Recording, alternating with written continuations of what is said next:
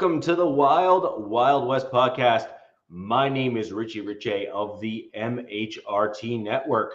Over that away, back is the real Alex Gibbons representing his Kansas City Chiefs. You can catch his written content over on Arrowhead Addict and his fantasy podcast show with Coach Defense over on the Locked On Defense Network or Lockdown Defense. Coach is a Chargers fan like DZ. Look, maybe we'll convert them, but we'll see. Anyhow, down below we have DZ repping his Los Angeles Chargers. DZ, thanks for joining. And over this way, repping his Las Vegas Raiders, we have Jack Kenna, not to be confused with Captain Jack. Captain Jack Kenna. Yeah. No, that doesn't work. The West Coast Captain Jack. Colorado Captain Jack. Yeah. Someone's beard. Colorado Kool-Aid. Yeah, there we That's go. what Coors Light is. Yeah, it's got about the same alcohol content as Kool-Aid too. Exactly. Keeps you hydrated. Especially in Oklahoma. Yeah. So we got a great show for you guys today. A whole lot going on.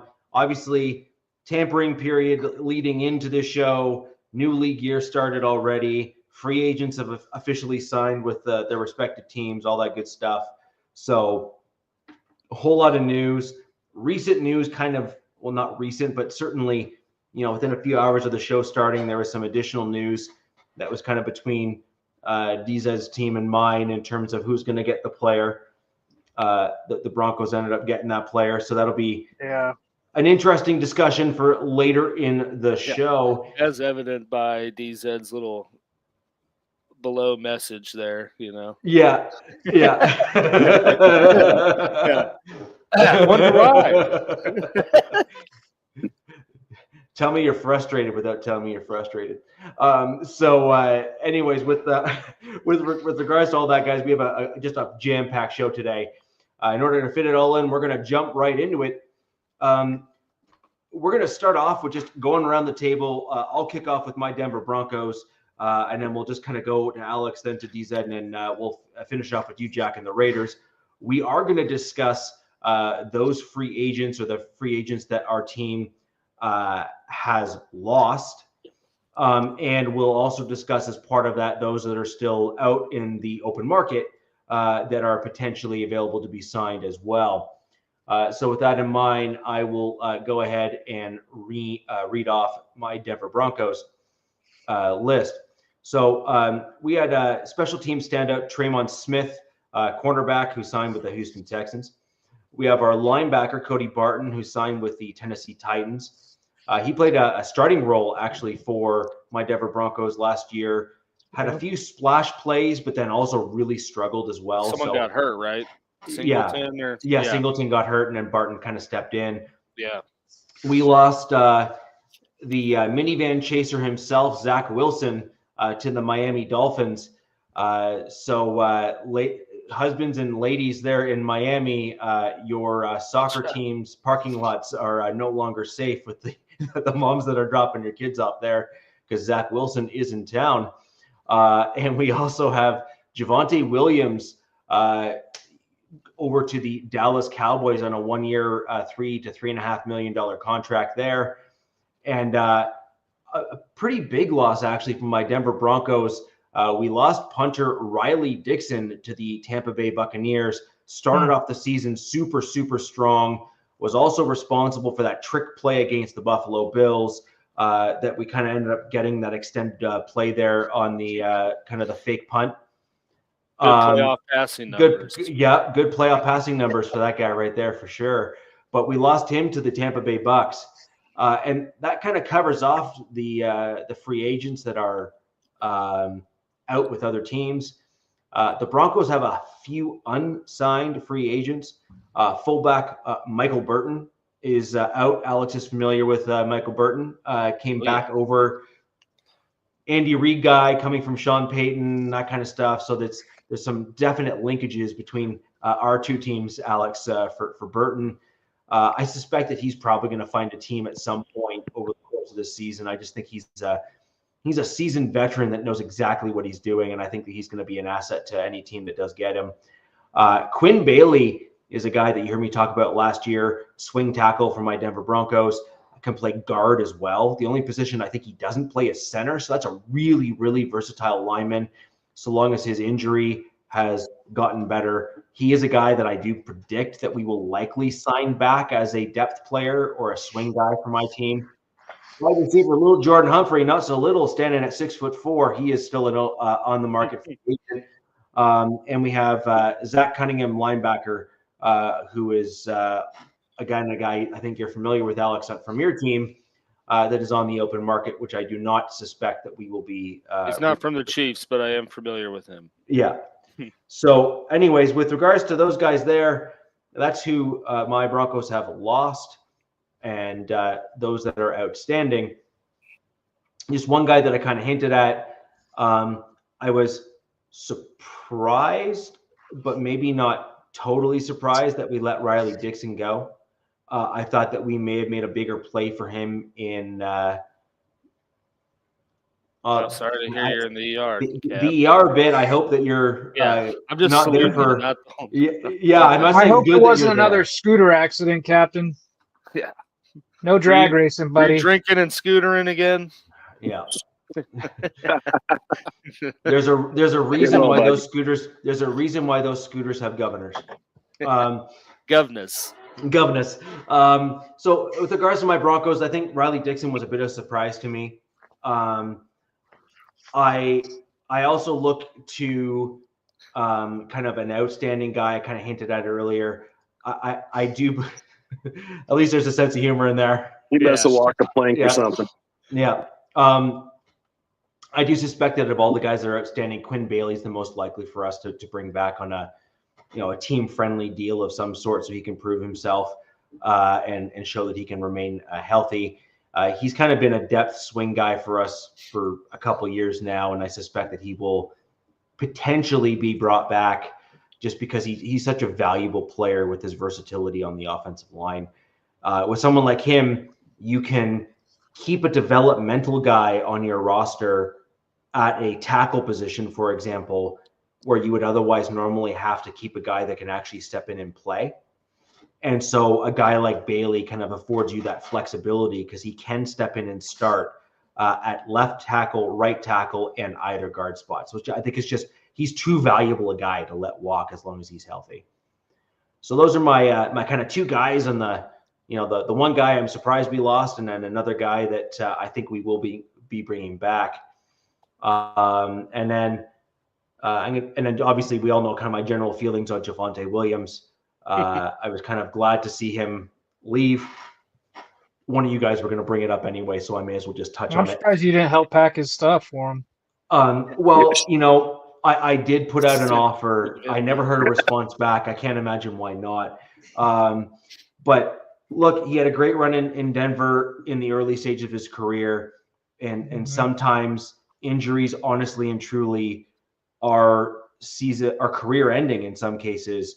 And some guys are just unable to bounce back to their former form and glory. I sadly believe that Javonte may be one of them. There is the rare air possibility that he's one of those dudes that needs like 3 years post-injury to kind of like really bounce back and kind of be the same player. But we don't have 3 years to wait in Broncos country. So, I wish him all the best. I really do. But, he wasn't able to bounce back and do what he needed to do with my Denver Broncos ranking in the absolute bottom of every single starting running back. Too deep of a class for me to want to bring him back this year. Bingo. So anyways, that's where I'm at with my Denver Broncos and that list. Would love to see and get some kind of thoughts and stuff brought in here. Oh, sorry, you are right, John. Good catch. I did miss the fact that we brought back Stranad as well. My general thoughts on that were meh. You also brought back Stiddy too. Yes, we did. We brought back Stidham as well, but that's coming up in the in the list that's later in the show here, where we're going to talk about who we brought back. So we're going to break out the show a little bit here, guys. So we're going to kind of talk about who we lost and who's still out there. And then the second part, we're going to talk about who we signed and who we also brought back in terms of free agents on our team. We're going to save that for the last half of the episode. So, guys, what are your thoughts on the Broncos, on who we lost? Are you cheering for any of them, or do you kind of just look at it and say, duh? Looking at the 5 that they lost, I didn't think it was, anything like Cody Barton's probably the biggest hit of the people that left. And that's just from the knowing you have, a veteran linebacker who has some in-game experience and kind of gives you that safety net, if you will, with, like Singleton and Sanders and some of these returning guys that don't have the best resume when it comes to staying healthy. But other than that, like you said, we saw the writing on the wall with Javonte Williams. Like, we knew that was, that was happening. I think you said, Richie, we definitely saw, like, you anticipated the whole running back room, going somewhere else. So this is just the first domino to fall. Well, but hold on. In fairness, in my defense, I didn't anticipate the entire room going away. I took it a step further. I wanted them to all go away. I didn't anticipate it. I wanted them to go away. So I was even more aggressive. Yeah. But it's just the first domino to fall with that. But yeah, so I don't think there's any huge losses. And then, I relatively agree with the people you talked about that are still available to be retained. That I don't know that any of them really thread the needle for you, other than just keeping the culture consistent. 6 rushing touchdowns a season will get you shipped out somewhere else. Yeah. Yeah, you're not going to last long, especially under Payton. Nope. No. Yeah. Gotta get you out of there real quick. Yeah, and actually it wasn't that bad, Richie. I'm like, for what you lost and when we get to the second half of the show, what you got, I would think some smart moves by Denver. Yeah. I'm more impressed with that game. I am really impressed with who you guys brought in. Yeah, for sure. We're going to get to that, but yes, you will very quickly find out that who we lost was overshadowed by who we brought in, and more importantly, for what? Like, in terms of their contracts, like it was not just who we brought in, but it was at the relative cost control for the most part that we were able to bring them in for. Now there's risks involved with several of them, but we'll get to that a little bit later.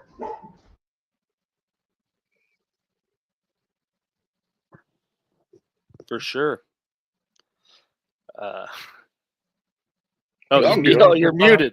Oh yeah, you said I'm next, right? Or that we want to move to the Chiefs? Yeah. Sorry, go for it. Not to step on your toes there. My bad. But yeah, so looking at the Chiefs, like, first and foremost, going into the offseason, they had I think 28 pending free agents. So you knew that there was going to be kind of a purging change, in some regard. Certainly have lost, currently as things are postured here in day 3 of free agency, they have lost, some big pieces or big contributors from, prior teams. Looking at 5 players they've lost so far, you got Vershawn Wharton, who was very exciting D tackle. Like I said, he was a D2 guy from a relatively unknown D2 school in Missouri. It just, like, my buddy played with him. It was like, dude, he wasn't even special. Like, he was just this big dude that ate honey buns and peanut butter, like nonstop. And now, he's like, he led the team. He was either leading the team or was second on the team in sacks this year. And, he made his presence known as an interior pass rushing force with the Chiefs. And, he got paid. He got a 3-year, $45 million contract, $30 million guaranteed with the Panthers. That's certainly, I think that's the biggest one that I really wanted them to bring back, because he is still relatively young. He's 26. Did you say 3-year, 45? Yeah. Wow.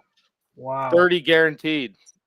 Wow. Yeah, they gave, that's so That's a guy I wanted to bring back, but not for $30 million because you're already Right. paying Chris Jones. Like you can't. And I am very curious. Like I mean, shout out to him. Like praise for him for getting his money. But I'm curious to see what kind of productivity you see without the benefit of playing next to Chris Jones. Well, that's a lot of peanut butter. Yes, yeah, right. You got a lot of honey buns with that. But yeah, he's a big loss. Obviously, Justin Reed, staple safety since they moved on from Honey Badger. He signed with New Orleans for a 3-year, $31.5 million. We got DeAndre Hopkins, mid-season acquisition. He signed with the Baltimore Ravens.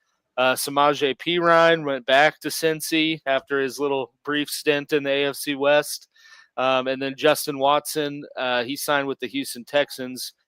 His is the only one in terms of value that's not disclosed yet. But just looking at that, I mean, you've lost for sure 2 major contributors on the defensive side of the ball. Justin Watson has been a pretty consistent guy on the offensive end since they brought him in. D-Hop is kind of like, washed. I mean, he wasn't here long enough to really put his imprints on the offense, and I think they can move on without him. And same with Perine, he was kind of just a veteran running back presence, in the room. There's that famous clip of Perine with Mahomes high-fiving everybody, but him. And he just like skips Perine. Well, I mean, well, he said he was like really locked in on talking to Kelsey, and he just saw him. I mean, yeah, but yeah, it's interesting. So yeah, those are the 5 that they lost so far. Like I said, they had 24, 28 something pending free agents. Currently, still looking at 15 potential Chief players that are available. I'm not going to list them all because some of them are not all that relevant. But looking at the bigger fish, if you will, in the pool, you got Charles Omenihu, who was a exciting edge rusher they signed from the 49ers. And all I really know up to this point is that they tried to offer him, a similar deal that they gave him the last go around because he tore his ACL and returned very late this year. And he told them to politely kick rocks and then was tweeting about how excited he was to be a true free agent. So, we'll see. He's still out there though. So interesting to see how that market fluctuates. You got Derek Nandi and Mike Pennell are 2 D tackle. Like right now, as it's situated, the only D tackle that is signed for the Chiefs is Chris Jones. So I expect them to. Well, he counts as 2 anyway. So yeah, yeah. But you pretty much have your whole D line was free agents, and your biggest contributor from last year signed with Carolina. So you got Nandi and Pennell, who of the 2, I expect probably one of them to come back. DJ Humphries, late season acquisition at left tackle. I don't envision them bringing him back, unless it's just like super late in the game. Then you're looking at, Juju, Kareem Hunt, McCole Hardman. Those are kind of the last big pieces out there that are still free agents. So like I said, of the 15, I expect them to re-sign probably Derek Nandi or Mike Pennell, one of the 2, or maybe both.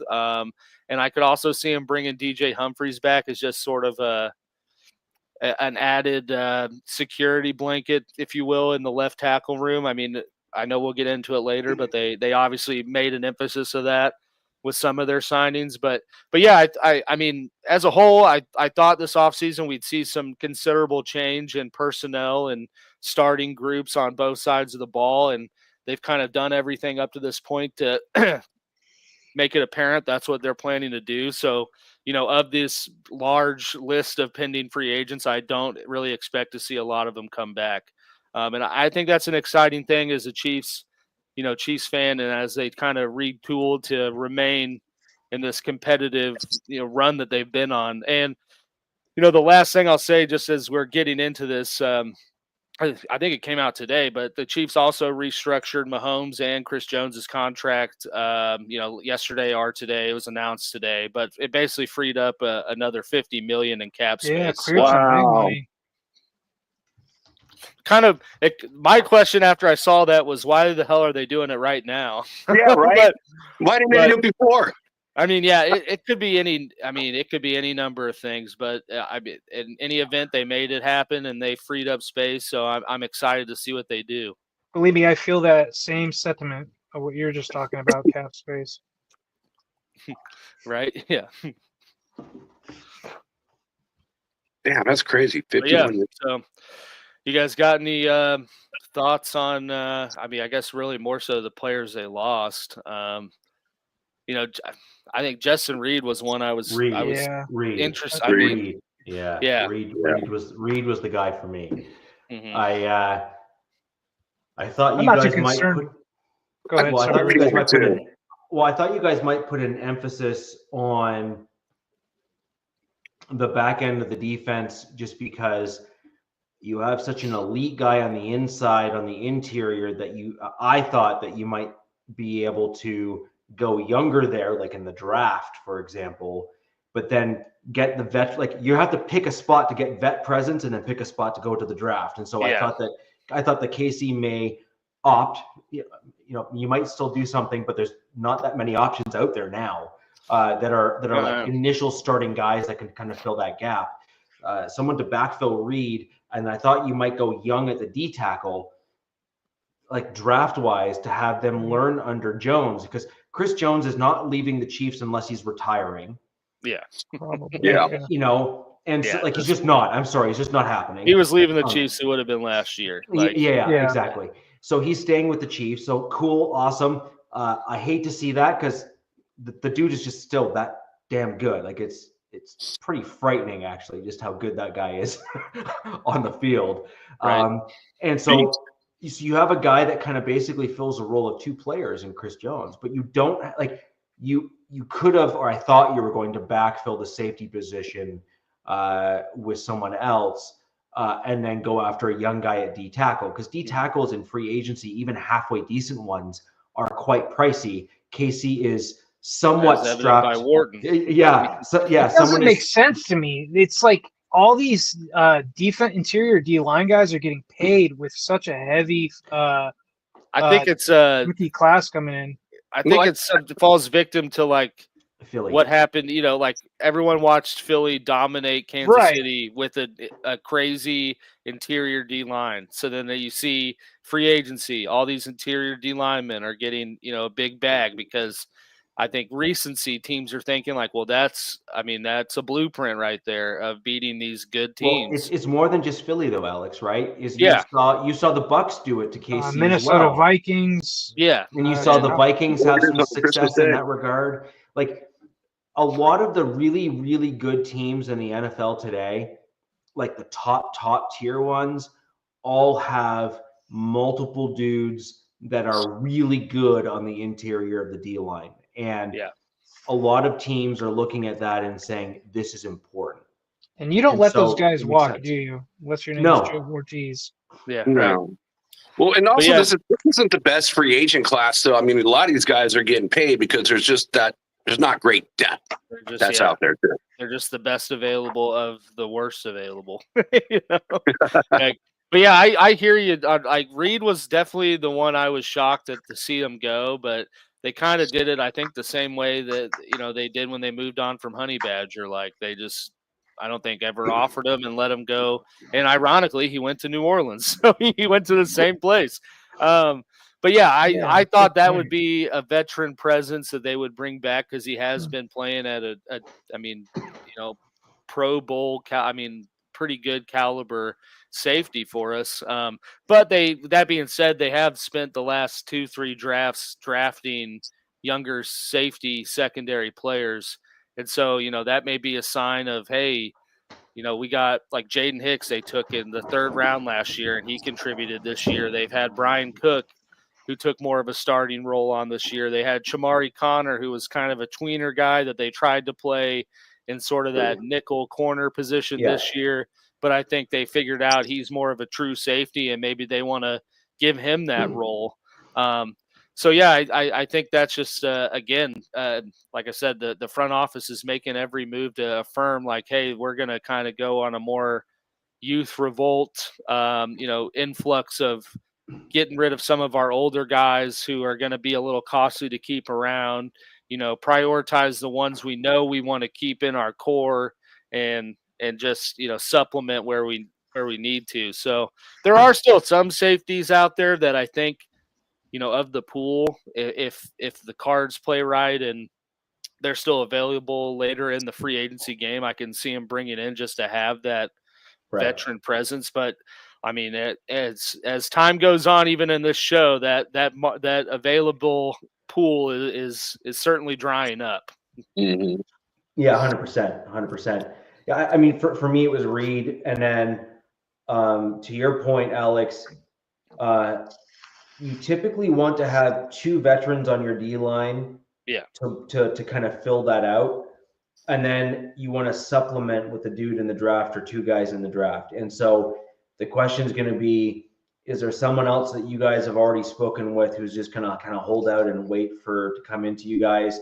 Or is this we think we have time, and eventually we'll just bring some guy in, and, the draft is kind of where we're going to find, that talent. I mean, and even I predict, actually, to be quite honest, that there's going to be a guy probably taken in the 3rd round of this year's draft in the interior line that is going to light the league on fire, even as a rookie, and people are going to start wondering why he wasn't a 1st-round draft pick. I think there's that much talent in the interior D-line class this year. Character issues or some BS. Yeah, well, 100%. It'll be some stupid, and it's like, the guy will turn out to be just fine, that everything was overblown, and the team that took him was like, sitting here like, we just got a guy that we're gonna probably have to pay, $30 million a year when his 2nd contract's due, but we're paying him like, $5 million, over the course of 3 years or 4 years or something. Like they're just gonna be like laughing all the way to the bank, right? And so, anyways, I truly just believe that there's gonna be guys like that, and I think the Chiefs. Andy Reid is the one thing that I will give Andy Reid some credit for with the Chiefs, even with the recent issues that have gone on with Quindon and your other dude there, Worthy. I think that Reid has generally kept all sorts of guys in line with the vision of winning. Right? Generally speaking, no one's perfect. Cool, I get it. I totally understand. You're throwing a boatload of money at a bunch of 20-somethings and saying, hey, don't make a mistake. Okay? Look, like, I would love to try to be the guy that's going to come on here and say, oh, yeah, well, when I was 20-something, I would have never done that. Yeah, but no one gave me, $20 million literally in one day and said, now what are you going to do? Okay? So let's all collectively slow our roll a little bit in terms of, going all the way in that direction. I'm glad when I was 20, cameras were 4 megapixels. Yeah. Just say that. No cell phones. No camera. On the street. I am glad, Richie, that you did briefly bring up Worthy, because I think it's a perfect time for me to just highlight that. I don't think it was. They always grossly cover in the news the potential crime and potential charges. They don't necessarily make sure they follow up to ensure that the masses know that no charges were filed against Xavier Worthy, because what his team, his PR team came out and said ultimately determined to be true, and that he was trying to kick his girlfriend out of his house, and she was refusing to leave for multiple weeks, to the point of calling the cops to report him for domestic violence just so he would stop trying to kick her out. Right. So, and I was on record when we kind of first discussed it by saying, I'm in the hurry up and wait camp, because like, especially with stuff like that. Let's put it this way. There are far too many pro athletes that find themselves in situations like that with young women who have developed a sense of entitlement for the fact that they're now professional athletes, significant others have quote unquote made it. Yeah. And it's like a small fraternity. Yeah. I mean, one of my favorite pictures to this day is when Russell Wilson got drafted. I was just about to say that. The wifey divorced. She's like she thinks she might as well just. She thought she hit the lottery, and he's like, but yeah, nope. And that's not to discredit like domestic violence or issues like that. 'Cause that No, not certainly at is all. prevalent. But like, especially with athletes, there has to be a little more sensitivity to investigating and reporting it, because I mean, like you said, it's almost like they have an extra target on their back. Like this hell, was not a Ray Rice situation where you literally have a video of like the thing and you're like, okay, like what? How do you respond to that? Yeah, it's like, look, dude, like there's no defending that. Like you figured that one out on like your I said, own. there's literally there's a small percentage of the population, of the female population, that's their number one priority, is to like get pregnant by a famous person or an athlete, because then that means they got to pay me money to have this kid. And that seems to be more and more prevalent today than it has been. And it's disheartening. Mm-hmm. So I'm glad that your wide receiver room was not necessarily filled out with a double hit there.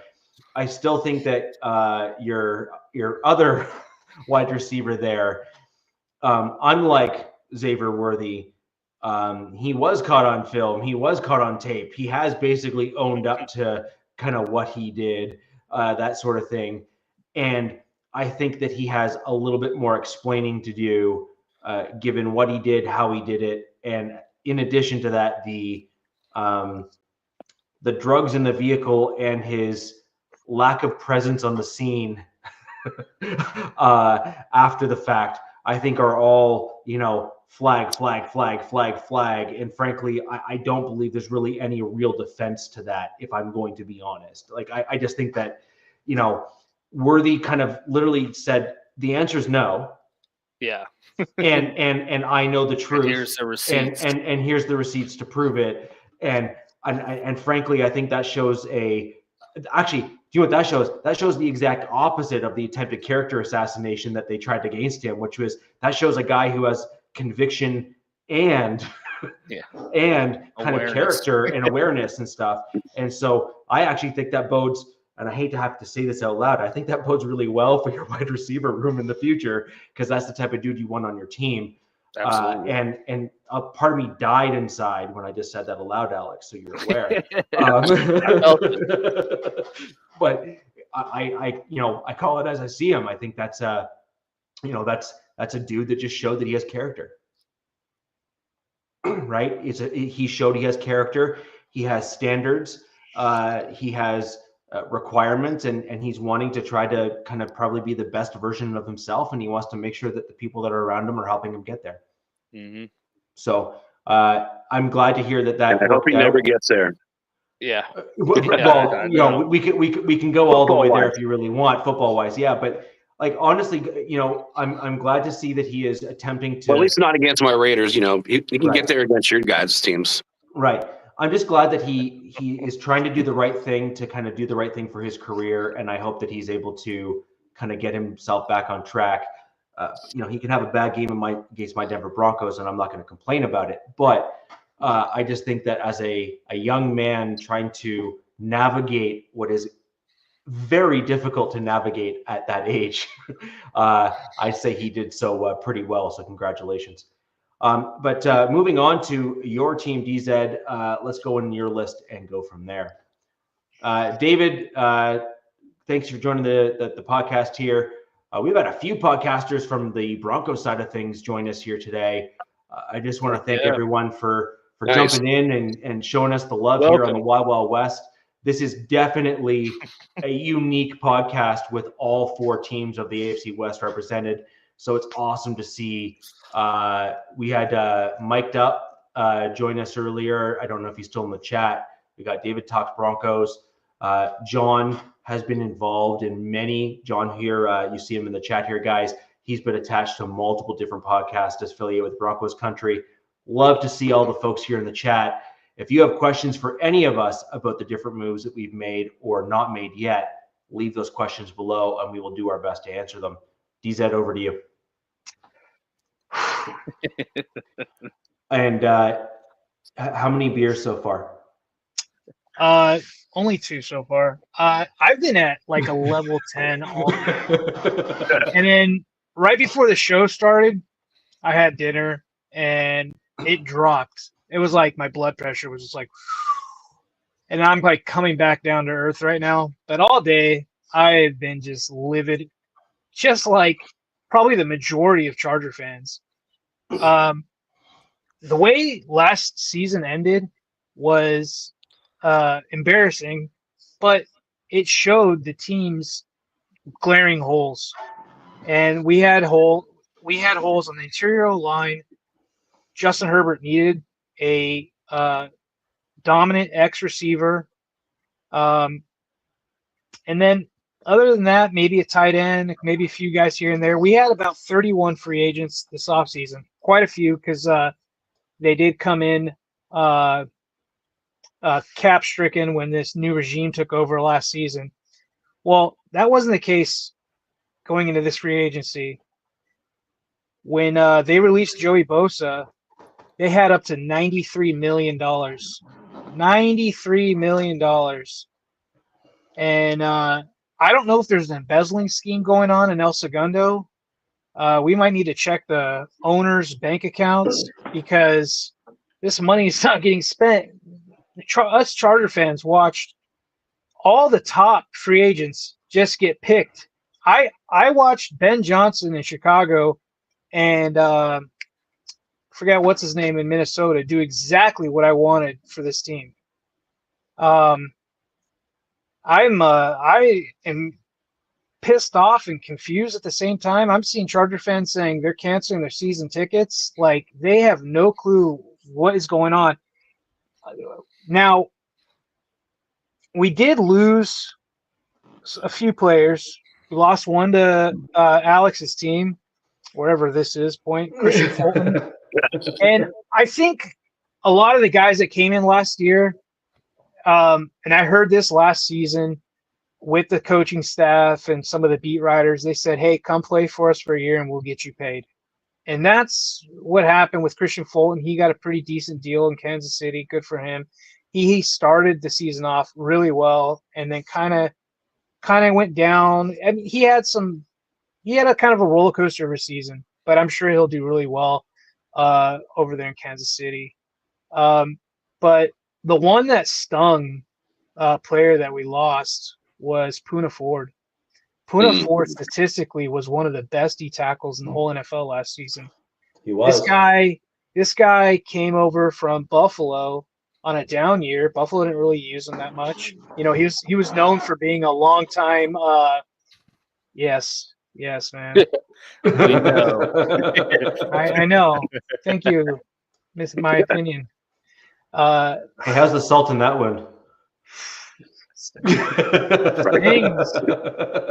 Anybody got limes or lemons? Down.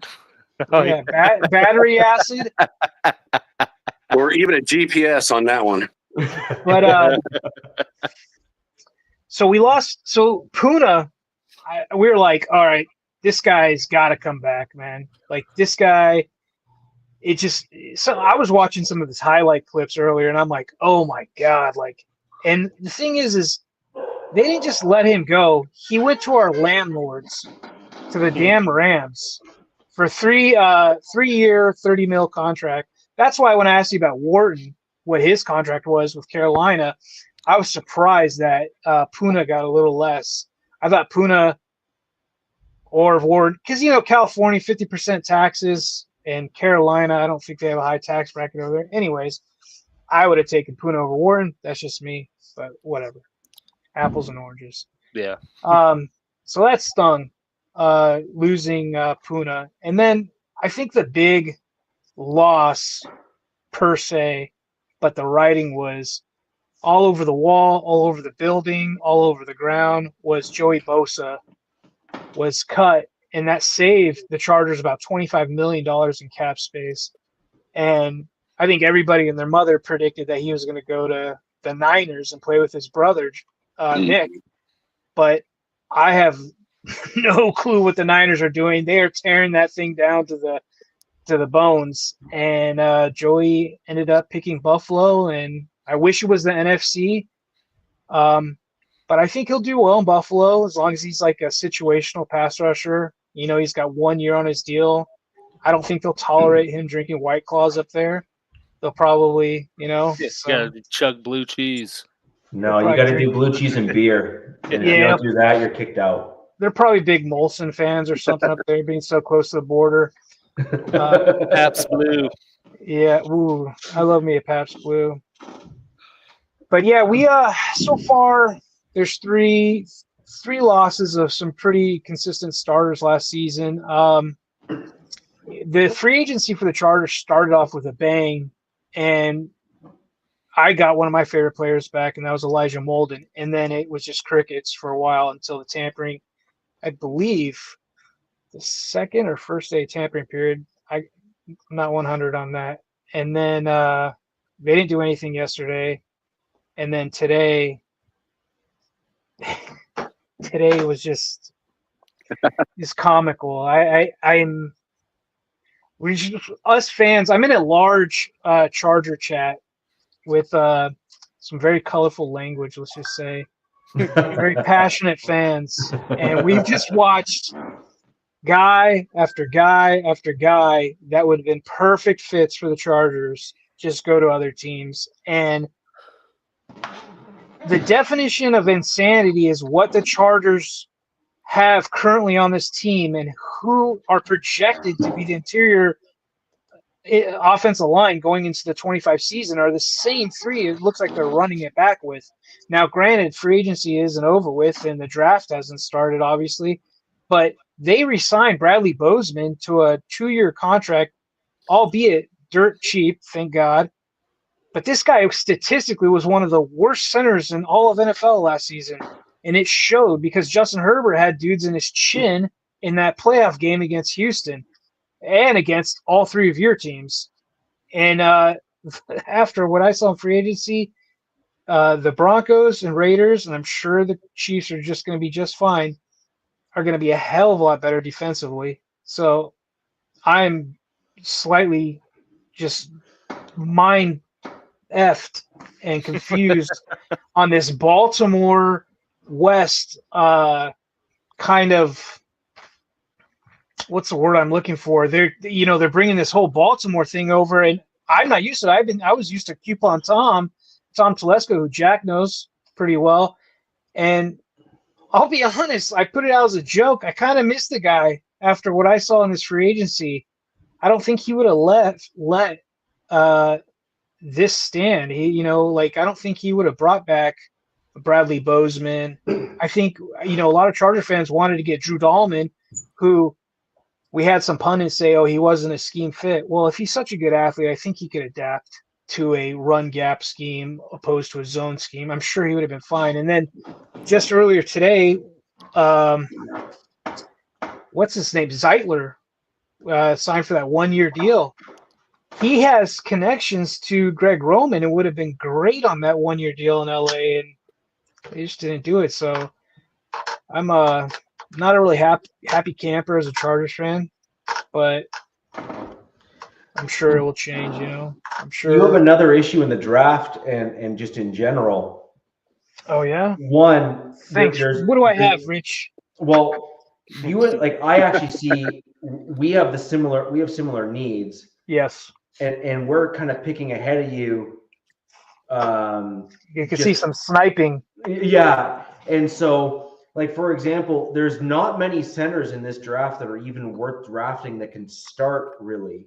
And so that's an issue.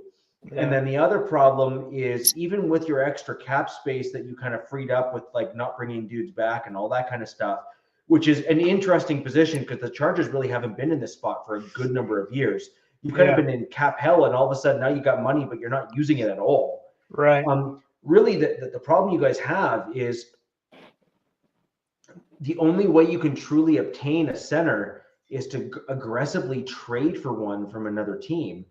And I'm not sure other teams would be willing to trade a center this year because the 2 or 3 centers that need to be traded away from their current teams for cap space, those teams don't actually get the cap relief until next season. Yeah. And so there would have to be some kind of incentive to alleviate themselves of a top tier position on the offensive line this season which means you'd have to give up, we'll call it excessive draft capital, I think would be the best way to put it, in order to incentivize it. Can you put that comment up? Well, you can always go after Andre James. Raiders let him go. Yes, that's the comment. So there are a lot of Charger fans that want Andre James. They realize why he had a bad season last year, and I think it was 2 years ago he was pretty damn decent. So a lot of Charger fans would like to get him, but I think I said this on last week's show when Joe Ortiz and Jim were on the Pat McAfee show at the Combine. They floated the idea of cross-training Zion to become the center, and I think that's their plan because he is a first-round offensive lineman. He did take snaps. Look, I get it. The kid is, in my opinion, he's a first-round bust as an offensive lineman. We picked him at 17, I believe, 2 or 3 years ago. So I think what they're doing is they really are going to fool around and find out with Zion, and they sign Bozeman to a cheap deal as a fail-safe plan. Like, if this backfires, we'll put Bozeman back out there. Now, they still, in my opinion, need to get another center. Who is he talking about? He would still probably do better with Harbaugh. I don't know who he's talking about. Oh, Andre James. Okay, yeah. I'll take anything. Anything is an upgrade of what we currently have. And we still have the right tackle, Pipkins, or right guard, who played tackle last year. He's still – and I'm honestly surprised they didn't cut him because they would have saved $9.5 million. But look, they're not using the money, so why would they cut him anyways? I don't know what's going on in El Segundo, to be honest with you. And then another glaring issue is we watched all these receivers just get signed. There's nobody left. I mean, Cooper Kupp, and then I've heard him linked to the Raiders. There's some Raider beat writers. I've seen him linked to the Broncos. I've seen him linked to the Chiefs.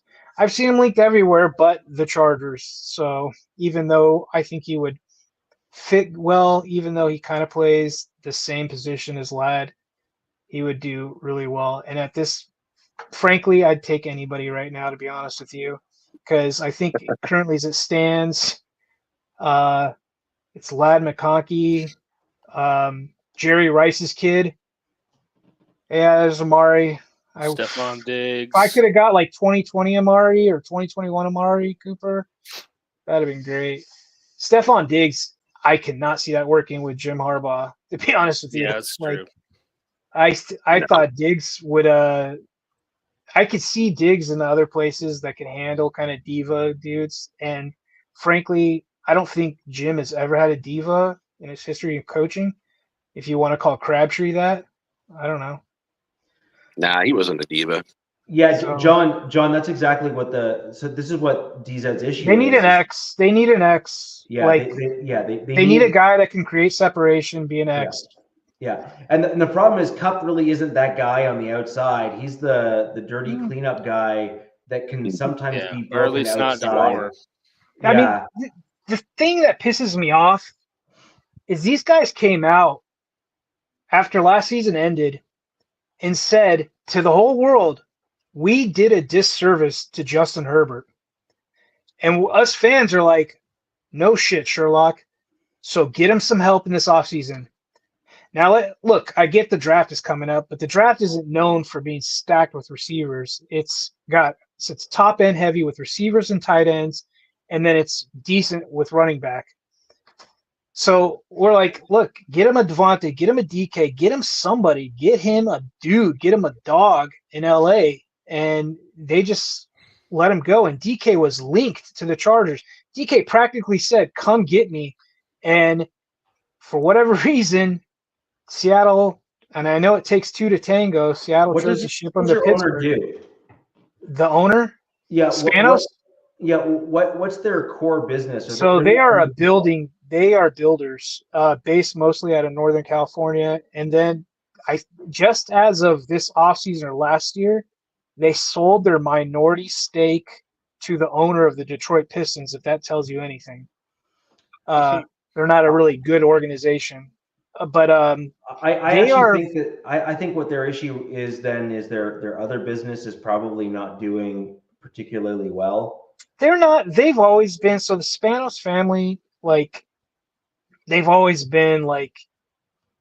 So from They're what I meddlers? get, they're more of a blue collar kind of ownership group, and thankfully they're not like the Cincinnati Bengals ownership group, which I couldn't stand if I was them, even though they are keeping all their shiny toys. But they're not the most wealthy, like the Hunts or like the Walmarts of the Denvers, and they're not like Eagles fans ownership. Like the Eagles ownership, man, he is really. Everybody's like, how are they paying these guys? And it's because that guy is wealthy and can do it. He can just throw money into escrow and then pull it back out of the team, like whenever it makes sense to do so. He doesn't care. Yeah. The other thing that the Broncos had, just to kind of add on some additional kind of pound of flesh to the conversation here, I suppose, is the other owner, the Bolins, prior, Pat Bolin in particular. He was all in on football. Like his pride and joy was the Denver Broncos and their success. And he was a very hands-on owner, but unlike Jerry Jones, he didn't meddle. He was involved in the football side of things, but he let the football guys that he hired do their job. Right. Jerry Jones wants to be the reason why his team does well. Pat Bolin just wanted his team to do well. Yeah. And there's a very, very big difference. Alex understands, given his career, that my words matter. And I was very careful with what words I chose, and they do matter. And that's exactly the difference between someone like a Pat Bolin and a Jerry Jones. Jerry Jones has to be seen as the absolute reason why his team has won, whereas Pat Bolin was quite content to never really be seen, but to kind of be known as the owner that cared. Well, right? there's a theory, especially with longtime Charger fans, is we've been putting blame on, like, let's say Tom Telesco, who was a GM for the last 11 years, and before him was AJ Smith, who did similar, who was a similar style to Tom Telesco. Now that I, think about it, they didn't really make flashy trades, and there's a theory with the old school OG fans that yes, they did, but that it is ownership pretty much kind of pumping the brakes due to maybe funds, pumping the brakes on some of these big time guys through trades. And we thought that was over with when they brought in Jim and Joe Ortiz. They paid big money to get Jim there, and then in LA and with the Bolt and the shiny stuff. But now that I think about it, with Joe Ortiz bringing his Baltimore ways to LA, if you think about it, it's just you build through the draft, and it's a comp pick formula, and they let guys walk. They let their good guys walk more to get those comp picks, and it's just a recycling of new players, and you just pick a few and you keep a few. Yeah, but you don't actually have the foundational people in LA. That's the challenge. Not yet. I mean, there's some. No, I'm not saying you don't have any, but my point is that you can have that style and that approach. Sure. Once you've built out a group of core players that are about the team, and then the team looks after those core players. I look to that guy over here with Chris Jones, for example. Yeah, I am willing to bet dollars to donuts that, given the fact that KC has looked after Chris Jones at every turn when he's requested it, that they could go to Chris Jones and say, Chris, we are drafting a first-round interior defensive lineman. You are going to pull him under your wing, train him. And do you know what Chris Jones is going to say? No problem. And then my opinion, no problem. To my opinion, that said Telesco can draft. I don't know who team you're a fan of. He got really lucky with the Raiders last year. That guy cannot draft after the third round. and you can go back to all his drafts. None of his players are still on the team. Like, this guy cannot hit on anything after the third round. He got lucky on a few undrafted guys. Yes, okay, so he did well for the Raiders last season. He did. They got three. But Three hold on. We've had this discussion before on the show. Sure. You had two guys that were full GM caliber players within the Raiders organization. You had Champ Kelly and you had Telesco, 1A and 1B. So the question was, and the Raiders fans are going to find out real quick this year because they have neither in the building anymore. Kelly left and Telesco left. So the question is this the organizational draft scouts that are really good? Yes or no? Because you didn't have time with the new changes that you made to gut your front office in the scouting room. That'll come after this year's draft, if there changes need to be made. And I'm going to tell you right now, you could have some really good scouts that you have in the building there with the Raiders, that your GM and his assistant GM will use as scapegoats so that they don't get the blame, so they get to keep their job just a little while longer if they're the ones that made the mistake. They will point to the scouts and say, it's not our fault, it's theirs. I believe that Kelly was the real reason why your team drafted so well, so deep into this last draft for the Raiders. And for those that are fans of the AFC West that want to slag on the Raiders the Raiders drafted quite well this past draft. And I mean deep into the draft, the Raiders drafted quite well. It's like these elite players just fell to them, and I'm like, oh my God, nice. Yeah. Well, it made it easy for Telesco because we know he doesn't like to trade picks. No, but you also had a guy in Champ Kelly who's known as a details guy. He is the equivalent of Alex's former OC. The dude that everyone felt should have gotten a Eric Bieniemy. Eric Bieniemy, right? Eric Bieniemy is like a nitty-gritty details guy that rubs everyone the wrong way, but as long as he's paired with a guy like Andy Reid, who is very kind of like open and kind of boisterous and well-liked and stuff, if you pair two guys like that together, you actually end up with a team that's like a well-oiled machine. However, if you get a details guy paired with another dude who's like a hard-nosed, just like, pound and ground and, I don't care about your feelings or anything like that. If you get those two types of guys paired together, you end up with a disaster because there's too much adversity and too much friction on the team in order for two guys like that to coexist and cohabitate in the same plane, in the same area. So Bieniemy and Reid, you can even see with KC's offensive numbers and stats and stuff, when those two guys, a details guy is paired with an open-minded, let's just bring in ideas. KC's offense was elite, like NFL elite. Eric Bieniemy is an old school guy that kids these days, and it's very obvious in what happened to him in his last stop, but they can't deal with him. He's from a different era, and he coaches in a certain way. So he's my style. We'll just put it that way. Yeah, he's a dude. Yeah, he's my style. That's I respond well to guys like that because my answer is hold my beer, I'll prove you wrong. Right. Yeah, and that's how I grew up. That's how my coaches were. They bang whistles off your head, make you running in front of cars. I remember I had 2 fingers taped in the game, and I broke my index finger on my other hand, and it was taped like this, so I looked like Spock, right, from Star Trek. And the guy's like, you really shouldn't be playing. I was like, really? That sounds like a challenge.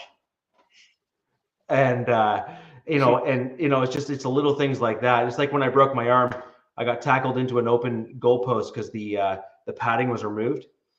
And they said, oh, you broke your arm. It's like, you probably shouldn't be playing. I was like, well, I'm finishing the season, so you can go to hell. I did finish the season with a broken arm. But again, it's just, you have to have a different mentality, right? You have to, kids I find these days are taught to coddle the injury rather than play through it. They're taught to overcorrect rather than, take a couple steps back and assess. I just find that the whole critical thought process is kind of thrown out the window, where they're just not. They're thinking to self-protect rather than for the benefit of the team. My team did well because I didn't pull myself off the field.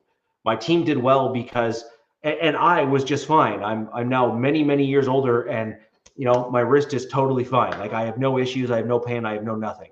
So again, you don't have any pain. Oh God, every day I wake up and something's clacking. Every day there's something different. I'm like, my ankle, my knees. I'm walking upstairs and my legs give out on me. I'm like, Jesus Christ. No, Dude, I mean, wait till you guys get to be my age. Look, I did have the nickname of Wolverine, as one of my nicknames growing up. So I had the big chop sideburns. But again, yes, he is. Thank you, Nick. Yeah. But anyways, the point is that a guy, you're totally correct. Bieniemy rubbed guys in the younger generation the wrong way, and you didn't end up with a yin and a yang between a guy like Andy Reid and him to coexist together, which actually makes for a really, really good team, which Alex can attest to, because he had his best offensive success with the two of them together. An ultra detailed guy, hard nosed, paired with kind of an open-minded, team-friendly style guy. He also had Tyreek Hill too, so. Well, yeah, that helps. He had that, but then they also did some really weird things in the run game where they were able to leverage a guy like Kareem Hunt, for example. Like a lot of guys, and McKinnon and some other dudes. Like, we all forget that it wasn't just it just wasn't him. Like, it wasn't just the cheetah that blew the socks off of the entire division. It was a combination of factors. It was leveraging and identifying Kelsey as a guy that could actually step up and fill that role. It was identifying someone like Kareem Hunt, who basically lit our division on fire in the run game with the hybrid between pass catching and running. And more importantly, knowing when to use one or the other, right? Because that's a skill in and of itself. And so there's all sorts of things like that I think that the two of them worked really well together. And a guy that's really focused on details really makes all the difference once you have another guy to say, don't worry, I know he chewed you out, but let's go kill it next Sunday. and you need the yin and the yang in the room, and you need the two types of guys there to balance one another out. Otherwise, these young guys that are so soft, like you said, DZ, are going to be, running back to their friends, be like, this dude's just a trash bag and I freaking hate him and I want to get traded and blah, blah, blah, blah, blah. And it's you know what I mean? Like, you can't have that kind of attitude on the team and succeed. Jack, quickly over to you, and then let's move on to who we acquired. Well, I got to kind of start off in the way of, Raiders started off with almost like $100 million in cap, but when they made the trade for Geno, and that's a $40 million cap hit, that's 40% of your cap that goes away right from the get-go. Raiders, so they gave up, right? They gave up 4 starters on the defense, and that's going to hurt. When that was a totaling of $47 million. So there's your trade-off. You get a quarterback, you're going to have to get rid of players. The number one guy, and for Raider Nation, it is the hardest one to lose, the one I don't get, because Spytek says, hey, you don't let good players walk out your door. That's exactly what he said. And when I saw Spillane, leave 3 years for $33 million going to the Patriots, I'm like, come on. I mean, I was the biggest head scratcher. I don't get it. He's like a captain. Besides Max, he is a captain of the team, not just the defense, but the team. He's a Raider. He's a good guy, and he had the Raider mentality too, right? Like he was the guy. Yeah. He just fit the role so well, and watching him grow after he came over from Pittsburgh, and they're saying, oh yeah, he can't do anything pass coverage, and he developed that over the years. So as a middle linebacker, he had the capability to play against the run. I think he had 140 tackles or something like that, and it's like, and he can also he can play pass coverage. He's in good hands though, and with Vrabel, I'll tell you that. But yes, I get your point. We get your point on that. That was hard. I mean, that one was the hardest one for me. The next one, I can see it money-wise. You just can't afford him. Was Trayvon Moehrig. Raiders got him in the second round a couple years ago, and he got a 3-year, $51 million deal. So 17 per going to Carolina. And I can see Carolina needing that. They need that type of player. But for the Raiders, again, it was so expensive, and they, I'm not talking about players that we re-signed, but they did fill the spot behind him at a better price point, which we'll talk later. So that one hurt. He's a good player, but I can see him going just because of the cost of the cap. Nate Hobbs was another one I never would have guessed. I mean, everything I read, that he was supposed to get about $5 or $6 million, and he got a 4-year, $48 million deal, so $12 million per going to Green Bay. So now he's going to hang out with Josh Jacobs. So you can go kick cans at $12 million a year for a guy who can't, stay on the field. I think he missed like 6 games last year. So that one didn't surprise me. But yes, he is a good slot corner. We don't have anyone to replace him, and that's pretty much the same thing with Spillane in the way of the linebacking core, because we also lost Diablo.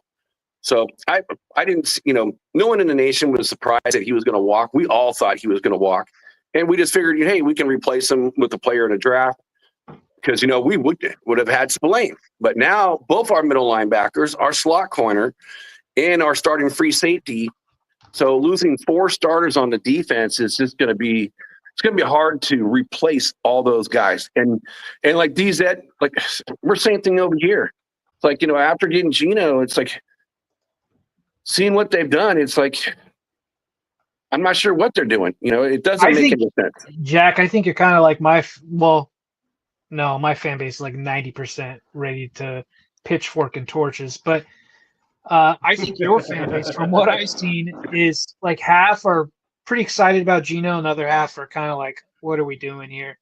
But personally, I think it's a good pickup for you. I know you're not really too stoked about it, but his stats. It did take me a little bit of time, DZ. I will say that. When I first heard the news, I'm like going, wow, why are we going to give up this type of money? And he's going to want to restructure, which has not been done yet. So we don't know what that's going to look like. But I was like, he's a mid quarterback, 14, 15 rating. Okay, yes, after you think about it, I think he will fit good with the scheme. And yes, if you look at our quarterbacks last year, they're probably all 31 and 32. This guy, he was one of the most accurate quarterbacks in the league in the last few years, and now he's going 70%. From an outdoor stadium to an indoor stadium with some pretty decent weapons, and I'm sure you guys are going to add on to that. So I think the arrows are pointing up for that Raiders offense, man. It's changing. It's going to be going from kind of the defensive side more towards the offensive side. So, but are you really getting any better? I mean, because again, losing 4 stars, Jack, that's going to be difficult. I hate to be the one that actually has to bring you down from the ledge and give any positive news towards literally my divisional, largest rival within the AFC West. I want you to hear me out, and this is super important. I'm going to regret saying this out loud as soon as I'm done saying it. I promise, for sure. But all of the league rules are favoring the offense. True. Every single one of them. Every single one. So, hear me out. Your quarterback play last year was beyond subpar. You were not able to overcome the subpar quarterback play. Now, your GM, and not fully their fault, but your GM and just generally the approach to your team did not put a competent offensive line in front of your quarterback to actually allow them to succeed either. So that's a 2-pronged issue. So number one, you've now sorted your quarterback position. You have an accurate quarterback who has some mobility, who can, in fact, gain yards even on teams that struggle from time to time. Great. Your offensive line needs to be addressed in this offseason and through the draft. If you do both of those things, your running backs will also look better because they need holes in order to run through. Last year, your offensive line just got destroyed, demolished. And so to add on top of that, our offensive coordinator, in the beginning with Gonsby was just trash himself. Right. And it did get better when they replaced them with the Turners. So It did improve, and the offensive line play did improve. The running back play did not improve at all. I disagree. I believe you're wrong. your running back play significantly declined because your offensive line offensive line could not run block. There's a difference between offensive line, right? There's A, B, and then A plus B. So you can either pass pro really well and you suck at run block. You can run block really well, but you're really good at pass pro, or you can do both. Philly is an example of doing both. Doing both. Okay. Yeah. Just like to kind of give everyone kind of a benchmark in terms of what to look for. Alex, I mean, we all watched let's just be honest. The answer is yes. Okay. So I think the best example of a team that could do both is probably Detroit, more so than Philly, just due to the fact that Philly has a mobile QB. Detroit's O-line, I think, in my opinion, would probably be slightly better. I think Philly's There's no way, because the Philly offensive line, they're really just bigger. Pro. No, but that actually matters because it gives you more versatility. So when you're bigger and can move and can pass pro and can run block, you're actually then able to. We'll find the stats. Me and you will have a friendly bet. Yeah, we'll find the stats. I mean, I'm totally okay. I'm totally okay with that. But my biggest issue there is, in order to open up holes for a guy like Saquon Barkley and have him go for that much success, your offensive line are at minimum an elite level run blocking team. Sure. And then when you move over to the pass pro side of things, you then also have to have some nimbleness in order to then counter the speed of the edge rushers. And what is rare, what we saw from Philly's offensive line, is that they're able to do both because they drafted accordingly. They ignored the mantra of, I need really light, small guys to do both. They said, no, you need to identify the talent to do both. And they did that, in my opinion. And I think that's a fair statement to be made. I mean, KC does not have a slouch of a defensive line. They have very, very good edge rushers and one of the best, if not the best, interior D linemen in Chris Jones. Although some of the Philly dudes are certainly nipping at his heels right now, if we're going to be honest, in terms of kind of gaining that ground. Boy, did Milton get paid. But again, like the point is that offensive line play matters greatly. Taking this back to Jack and your Raiders and why I need you to step off the ledge a little bit, calm down, and maybe, assess things a little bit differently. You got your quarterback. You may not love your quarterback, but you got your quarterback. He has proven to be a pretty accurate quarterback over the years. Last year, he had some pretty good yards and he had some pretty good play. And he's certainly in a he's a completely different league than any quarterback that you had on the roster or played for you the last year and perhaps even the year before. And the only reason I brought him up, because it does affect the cap space, which then affects, the guys you're going to go after in free agency and the guys that you're going to lose in free agency. So that's the reason I brought Geno. And then I will say this, here you go, DZ. So also the offensive line improved when Andre James got hurt, and then JPJ moves over from a non-natural left guard position to his natural position at center, and you bring in a Jordan Meredith who played actually pretty damn well. So you've kind of filled two holes at once. So the offensive line play got better and better over the course of the year. And I don't see it as scary or as bad as it was last year in the beginning of just having Cody Whitehair, Andre Pete, and, got those guys getting some runs in the beginning of the season and not doing anything. So it has been an improvement, and I can see that offensive line definitely having better play this next year. Yeah. Great. So I think it's fair. Let's maybe move on to who we brought in, and then we can kind of have maybe an all-encompassing conversation quickly going through things here. I will again kick off with my Broncos, and then we'll kind of go in the same order, and then kind of all have a – Start off how you fleeced the Los Angeles Chargers right now. You want to go there? That's cool. So in my second least favorite free agency pickup, just to rub additional salt into the wound, DZ. Do it for it in my eye. The second word. The Broncos were able to pull Evan Ingram into our tight end room away from. So the Broncos had Ingram in our building, allowed him to walk to go and meet with LA, And after meeting with LA, we still signed him. He said, "Nah, I'm good with." Yeah, I'm good. I'm good. Let's go over to Peyton.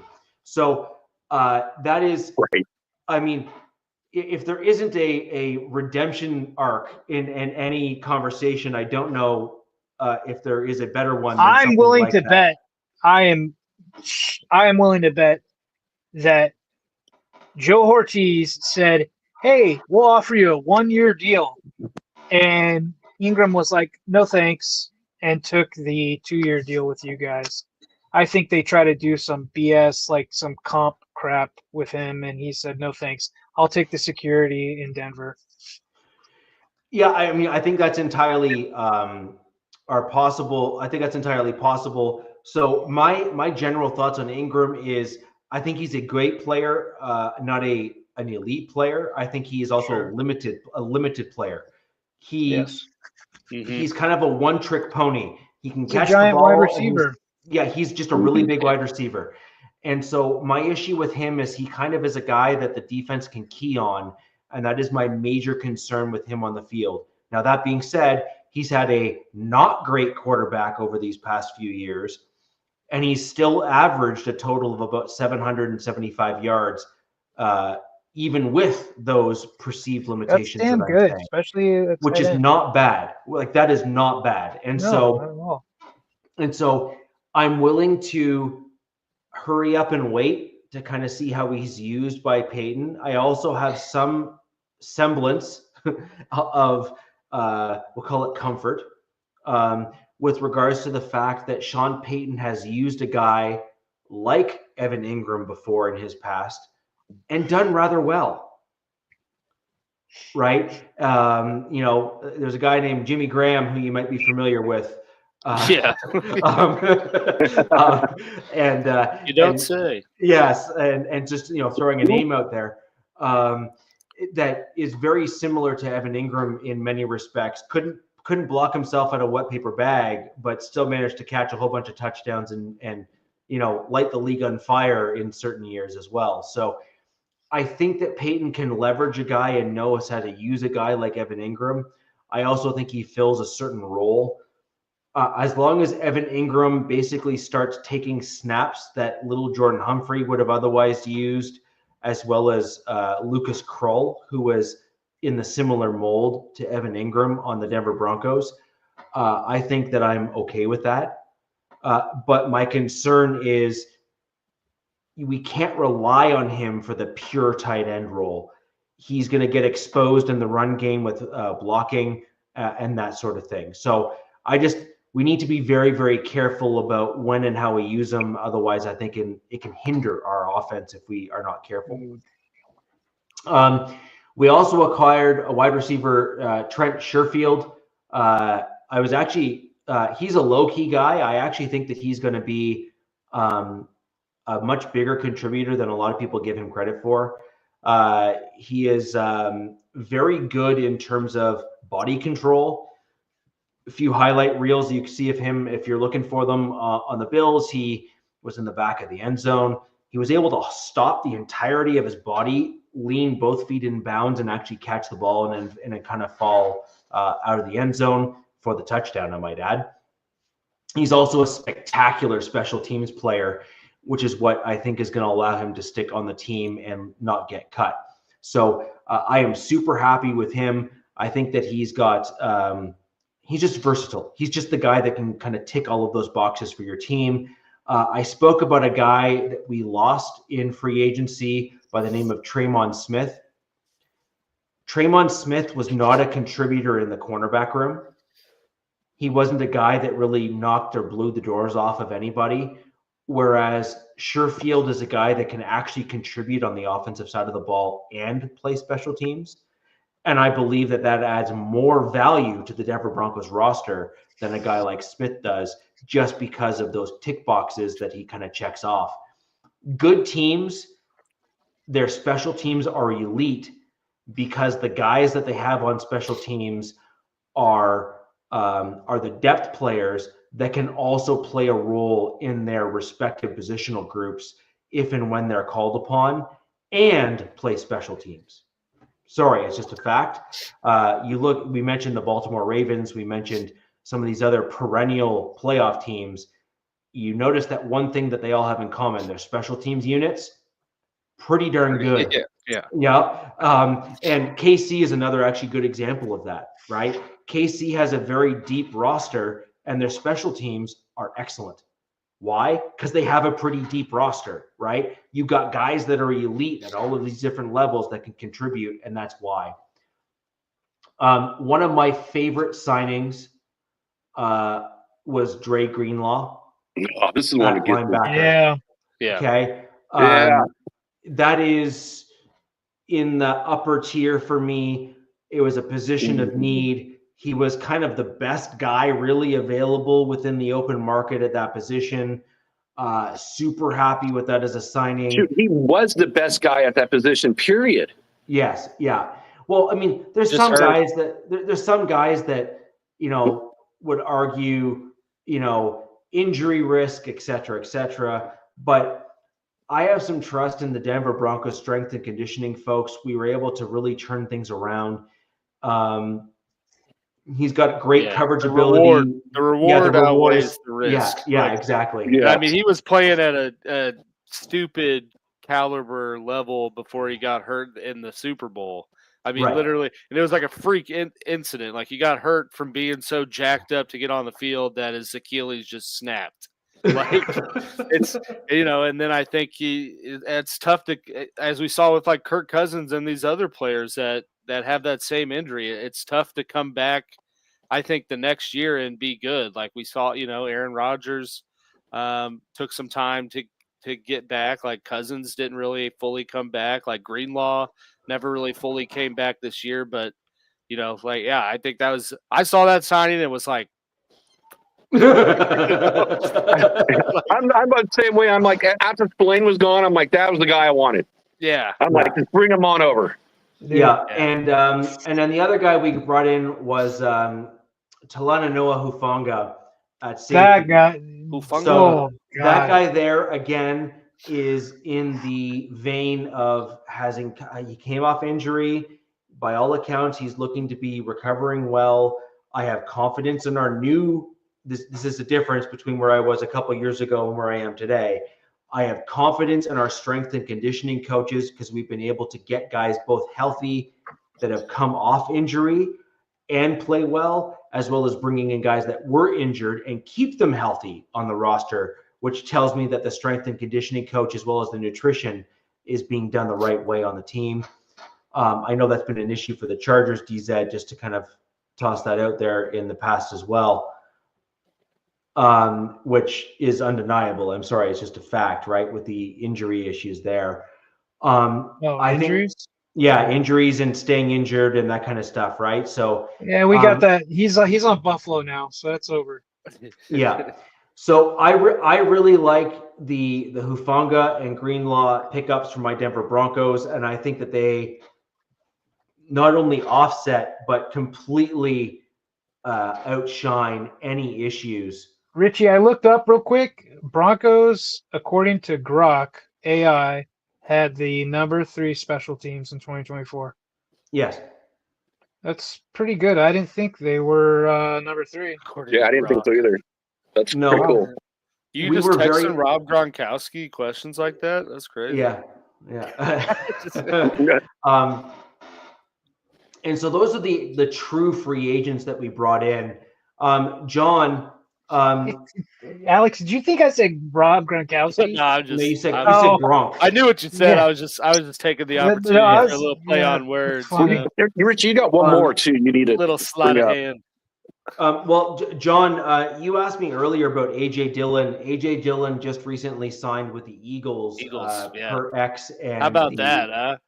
Talk about being a defender, dude. You deal with Saquon, then he gets off the field, then you got the freaking, the Quadzilla come out there. Yeah. So the Eagles have kind of said that they intend to set the tone with the running game for sure. Oh my God. In 2025. And so I would have called in sick that day if I was some secondary guy playing against them. Sorry guys. Yeah. I think I tweaked my vagina. I'm not playing this Sunday. Yeah. Freaking And Saquon and then AJ Dillon coming at you with that old line. No thanks, man. yeah, that's exactly it. That's exactly it. And so just to quickly go down in very just quick bang, bang, bang, just kind of bringing some other guys up. We re-signed Jared Stidham on a 2-year deal. We signed Mitchell Fabioni, who is our long snapper, to a 3-year deal, so we don't have to worry about that position for a little while. We brought back in DJ Jones, who, by the way, I called that. Right, I called that last show or the show before. That's another Niner you guys picked up. You know, That's like correct. Yep. wow. Yep. We brought in Matt Pert on a 2-year deal, and then the rest here below were all 1-year deals. But I'll quickly blast through them. Justin Strnad, who I could have lived without, but we brought him back. We got Jaquan McMillan he's a cornerback. He was our starter nickel guy there. Jaquan McMillian, apparently, is how he likes it pronounced, on a 1-year deal. We got Lucas Krull on a 1-year deal. Lucas Krull is basically the guy that Ingram is going to be replacing. So it'll be very interesting to see if Krull even makes the roster.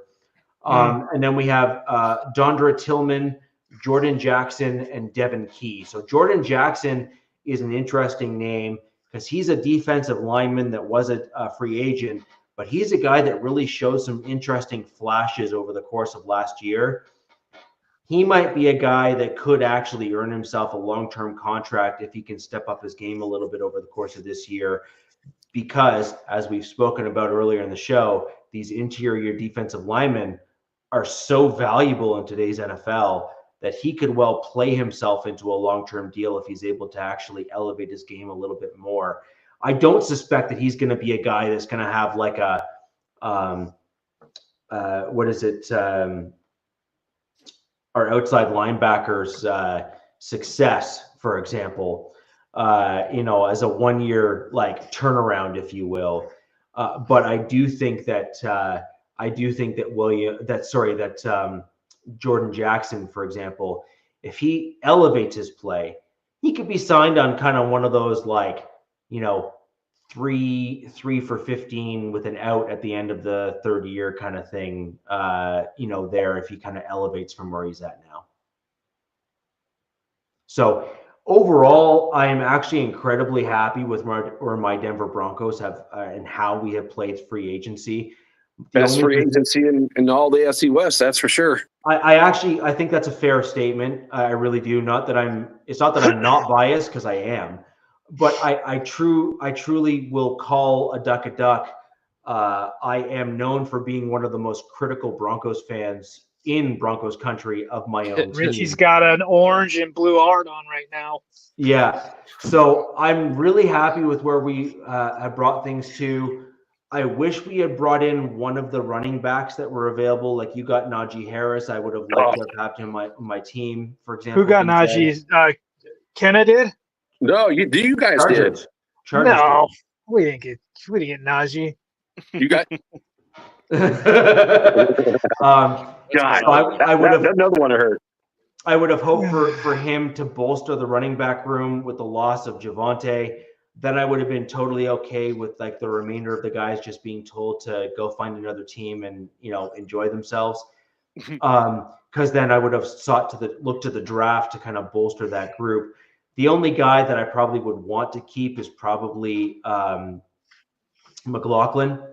I thought that he did really well for us last year with some burst. Is he still a free agent? No, he's signed through this year. I think he's a free agent next year though, because he was a UDFA. So UDFAs are on shorter contracts for less, and so he's going to be seeking to get as much money as he can in his next contract, rightfully so, because that's really his only real option to kind of really get paid at that position group, right? So, anyways, that's where my Denver Broncos are. Happy with the pickups, happy with who we brought back. Still think Quinn Bailey is going to come back for my team. We brought back some key guys that I felt we needed to kind of fill out major needs on the roster. Running back is still an issue. And John, you are correct. He does become an RFA, but he is going to want and demand a pay bump in order for him to come back.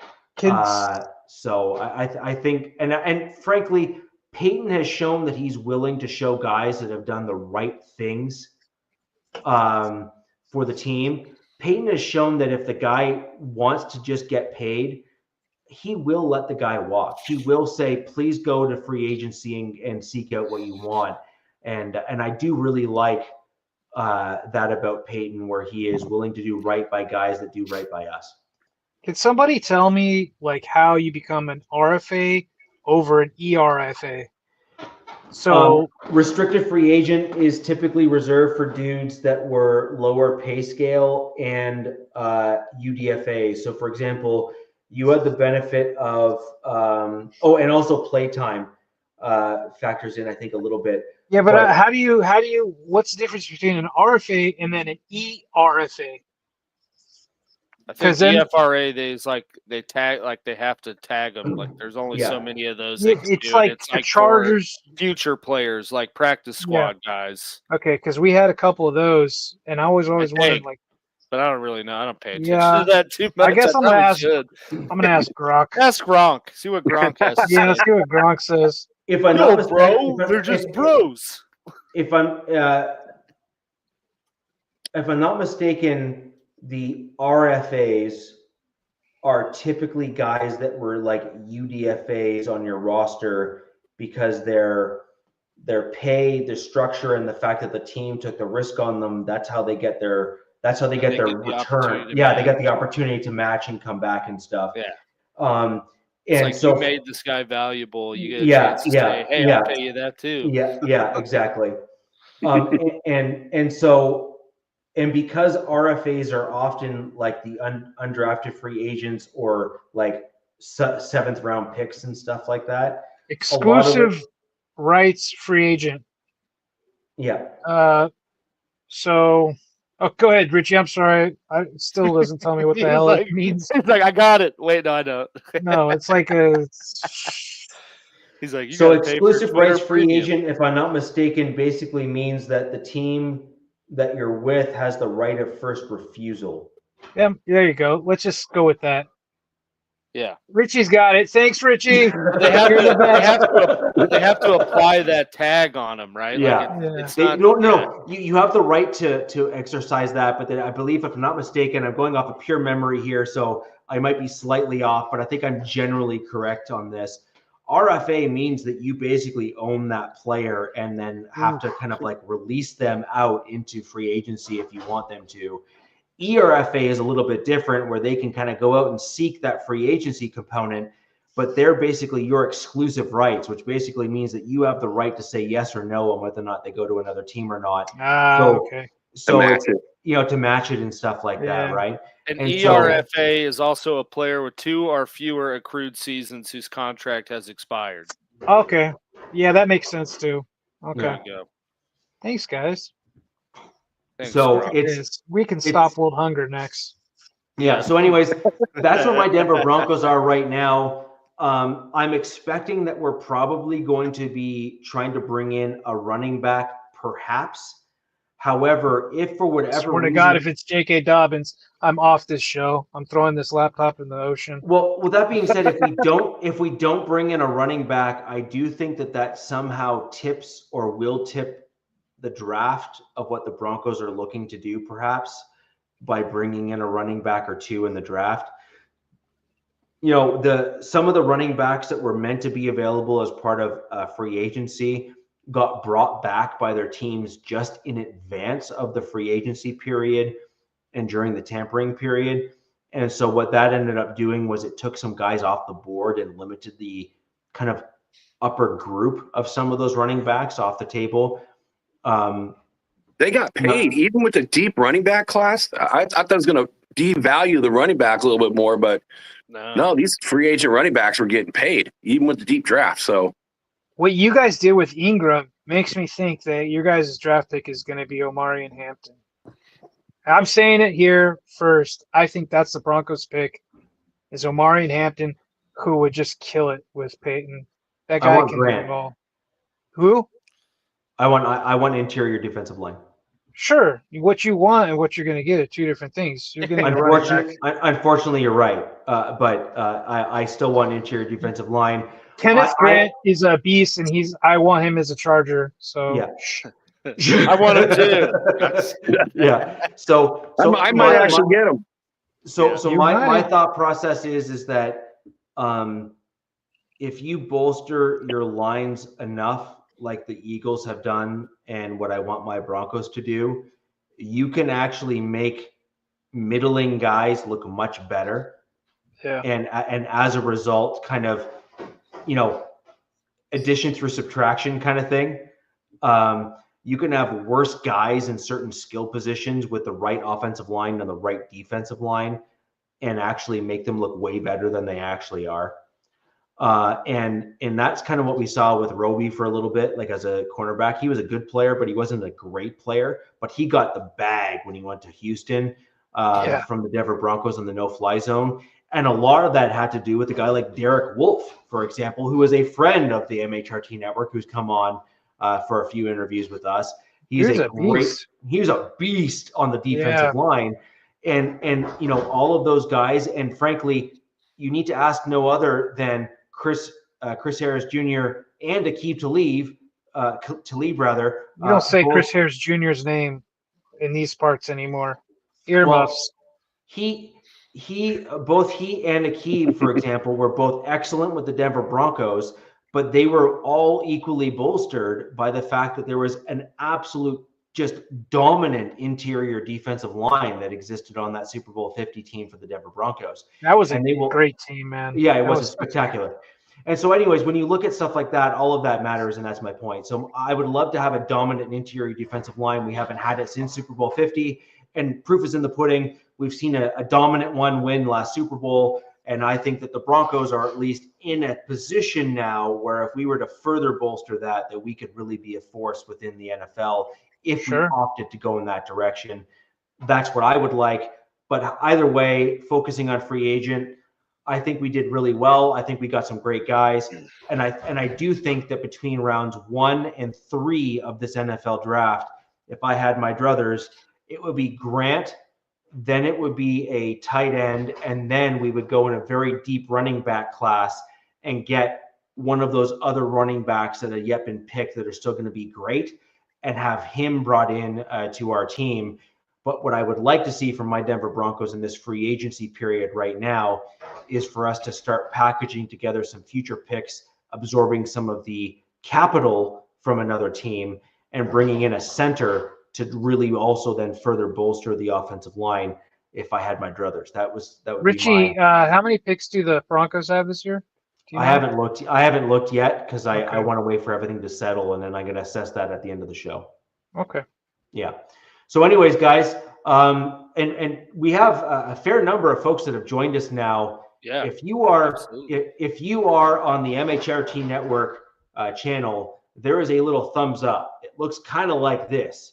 If you can go ahead and click that, it really helps our show and reach other fans just like you. Sponsored by Walmart. And if you are over on Captain Jack's channel watching from the Raider side of things, if you can also do the same, but then also come over to the MHRT network and click those. Sponsored by Ben Gay. Yes, we would greatly appreciate it, and it helps all of us out. It allows us to reach additional fans that are just like you. Also, because we do include all the tags in here to try and capture all 4 of our teams, the goal here is to reach as many AFC West fans as possible so we can get all of your input into the show. It does really help us a lot, and we love getting those comments. Over to you, Alex, and talking about your free agents. Yeah, so, for the players that the Chiefs did lose, they absolutely, I think, made, the right moves in returning some key components from teams past, and I think have made some pretty intriguing signings in terms of free agents. So first and foremost, I know I haven't been on a little bit, so they obviously traded Joe Thuney to the Bears to kind of spark freeing up some cap space, and I think opening other opportunities to make some moves this offseason. So did that, got a 4th round pick.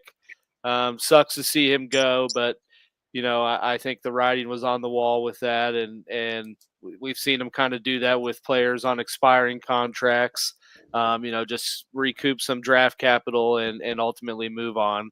And then I think of the top 100 free agents that the consensus top 100, they made it a point to re-sign 2 that were, I think, for the most part in the top 10. Franchise tagging Trey Smith. And I do think with moving on from Tooney, on top of restructuring Mahomes and Chris Jones, we see them work out a long-term deal that probably makes him one of the highest, if not the highest paid guard in the league, which is, why they freed up some Tooney money. But huge to, not even let him sniff the open market and see how other teams value him. So good to bring him back. Also brought back Nick Bolton, 3-year, $45 million deal, which I think that's another guy. I may be a little Mizzou biased because that is where he's from. But dude, he's just a tackling machine. Man. Like he's a dude, bro. He doesn't do anything like he doesn't look overly athletic. He doesn't have like all the like gaudy 40 time or anything like that. He doesn't like do anything overly special, but like he's just always there. Like he's kind of like lunch pail kind of guy, like man. He's just he does the little things right and is always in the right place at the right time, or just he makes those plays. Like I can think of countless times just last season alone where he made a huge stop, that obviously they won so many games, by 3 points or less. And, some of that was to plays that he made. So it's, I think, big that they didn't even let him hit the open market, just said, we're re-signing you. Let's work this out. Do you have a Nick Bolton jersey, Alex? No, but I want to get one. There you go. I don't wear jerseys all that much, man. Me neither, but I'm just saying. I got a Mahomes one and a Kelsey one. The Kelsey one was given to me, Gotcha. But yeah, so big to sign him back. Also brought Hollywood Brown back, which I kind of saw that happening. One, just because of the injury, and that was the most money he was going to get, and he ranted and raved all season about how he loved being in Kansas City and with that franchise. So I saw that. I think of their impeding free agents, like the ones that they decided to not let hit the market, whether through a tag or working out a deal, those were the right moves, and I think the right players to continue to build around.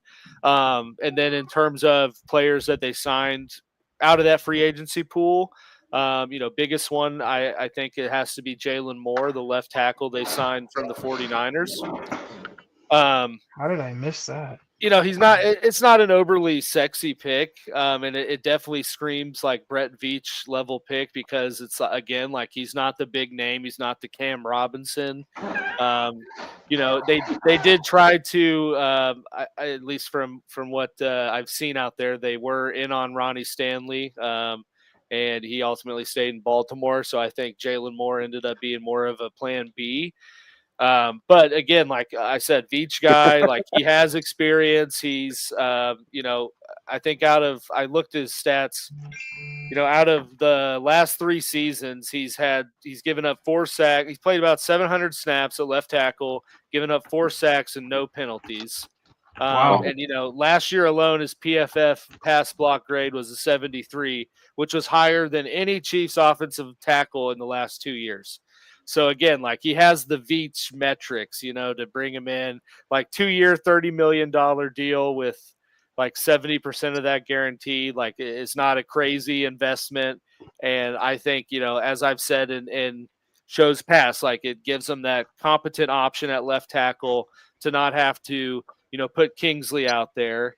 I think solidifies that Kingsley Suamataia is going to be the left guard, or at least the favorite to be the left guard next year.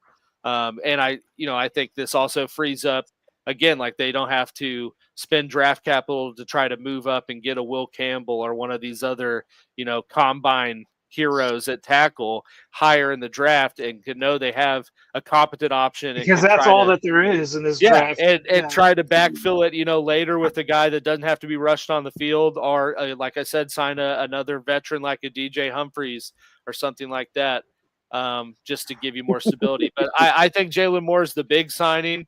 Also signed Christian Fulton, the corner from the Chargers, which I again, like another Veach signing, like he has all those tangibles, and I think can pair nicely with McDuffie and Jalen Watson and the secondary core they had. Also signed Elijah Mitchell, which, from the purging of the 49ers that the AFC West has seemed to do. That's one I'm kind of excited about, because like he certainly has injury concerns, but has shown some flashes in the pan, and he'll magically stay healthy in Kansas City, right? Yeah. Your guys' injury report was like no names the whole season.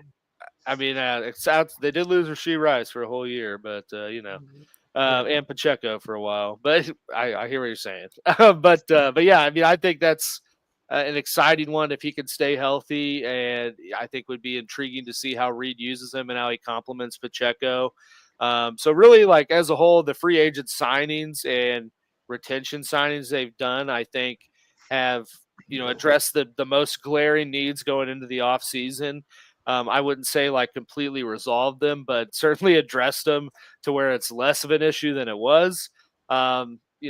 Looking at what still needs to be done, like I've said, they have, I think, 3 signed defensive linemen right now. So certainly need to continue to add to the edge rush room as well as the interior D-line. And I do expect them to do that, whether re-signing some of these pending chief interior D linemen or doing that through the draft. But, it's nice to know that they got a viable left tackle option.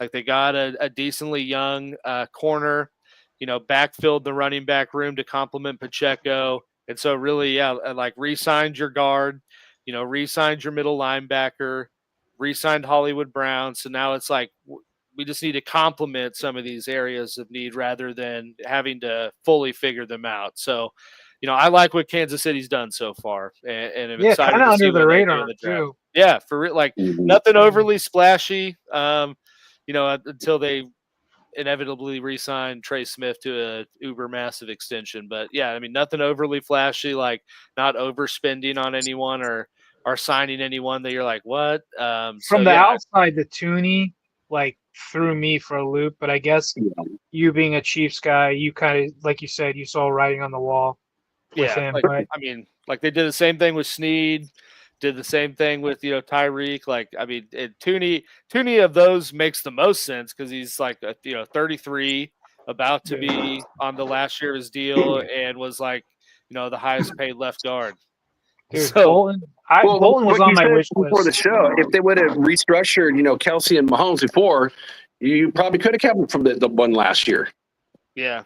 I mean, Bolton, man, because he's solid, huge. No, absolutely, and I mean, like, it's testament too to he had to play left tackle for the last half of the year. Man's a career All-Pro left guard.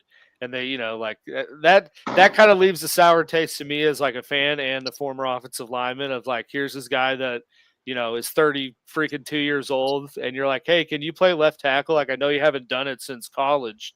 Yeah, I'll figure it out. Like, has to go against Myles Garrett.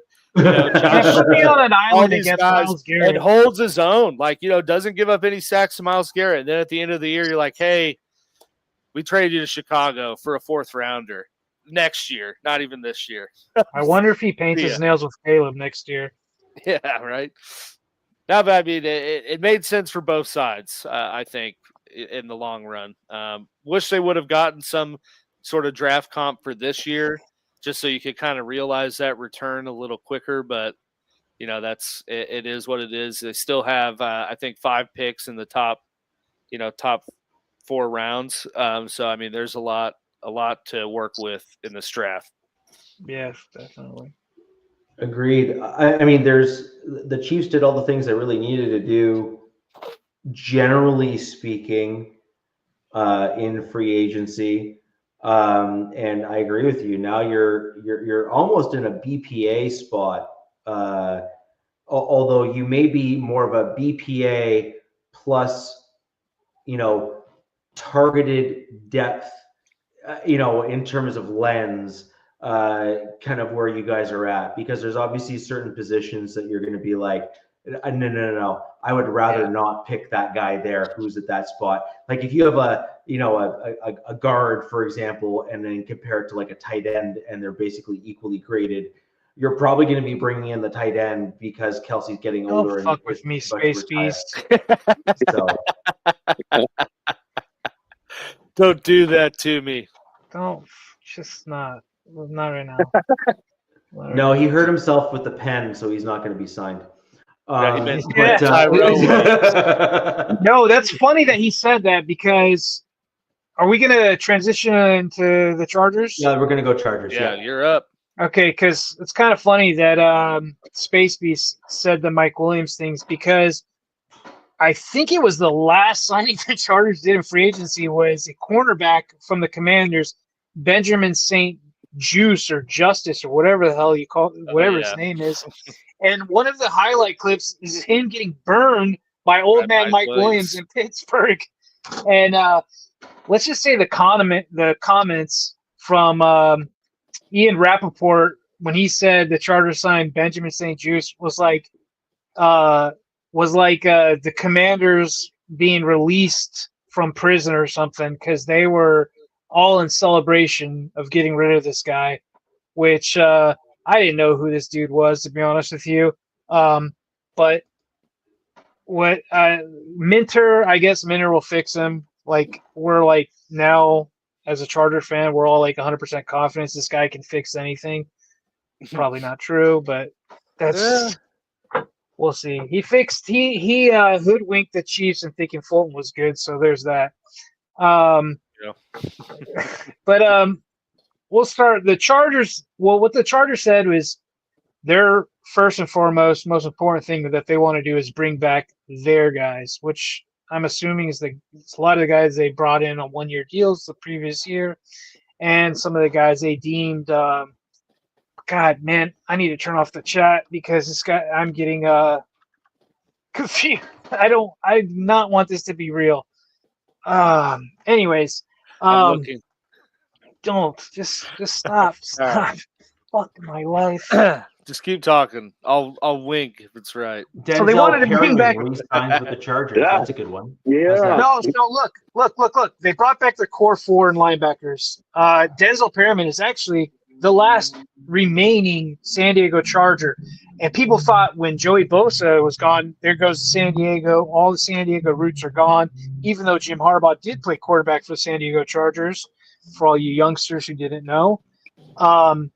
So Perryman brought back. I love that. And what that means is that they have faith in Junior Colson taking a step next season. That was a rookie linebacker from this year, the guy out of Michigan, my favorite draft pick.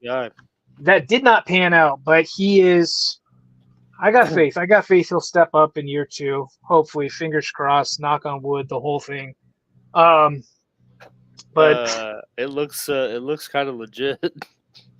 Fuck you, man. He's coming home. Coming home.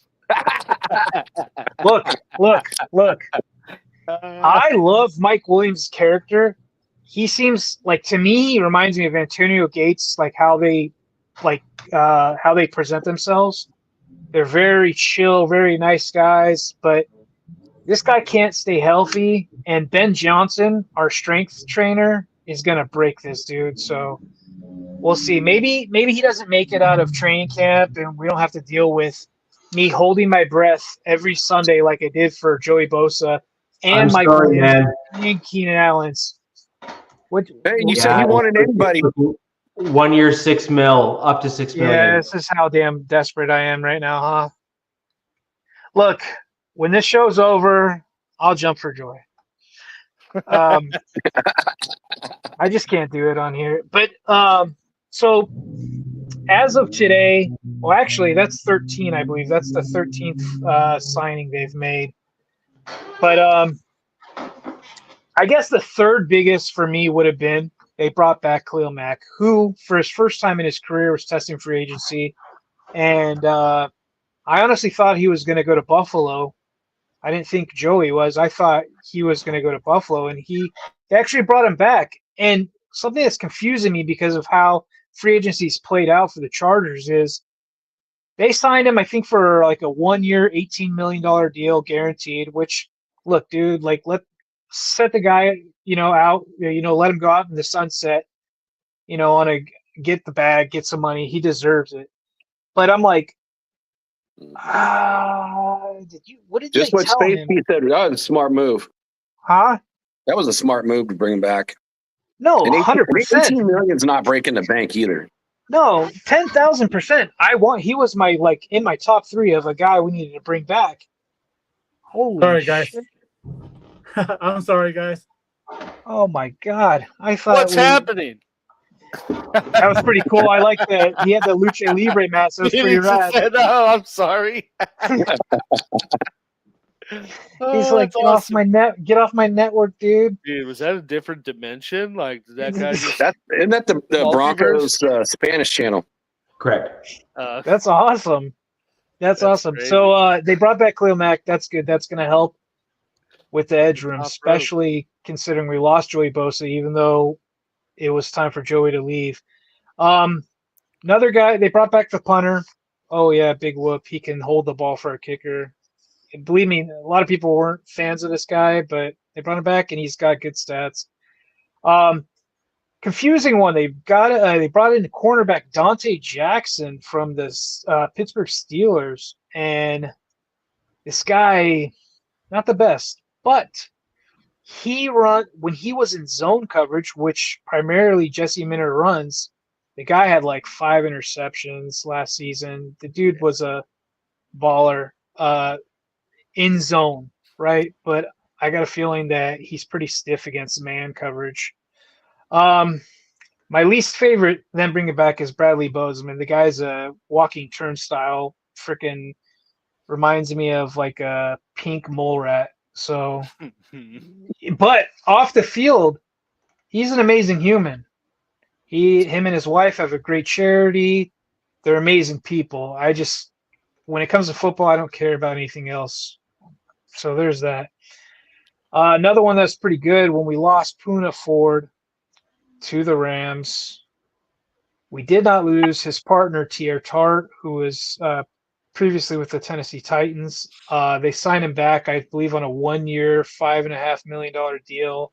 He only played 30% of the snaps last season, but the dude's a beast, and I think his snap take's gonna take a uptick next season. And then one of the biggest signings that we did was Najee Harris from Pittsburgh Steelers. And look, man, I'll give it up. It was a battle. It was a battle for a little bit. Sure, you guys could have had him if it was up to me. But I think he's a prototypical Harbaugh, Greg Roman guy. This is a dude they wanted.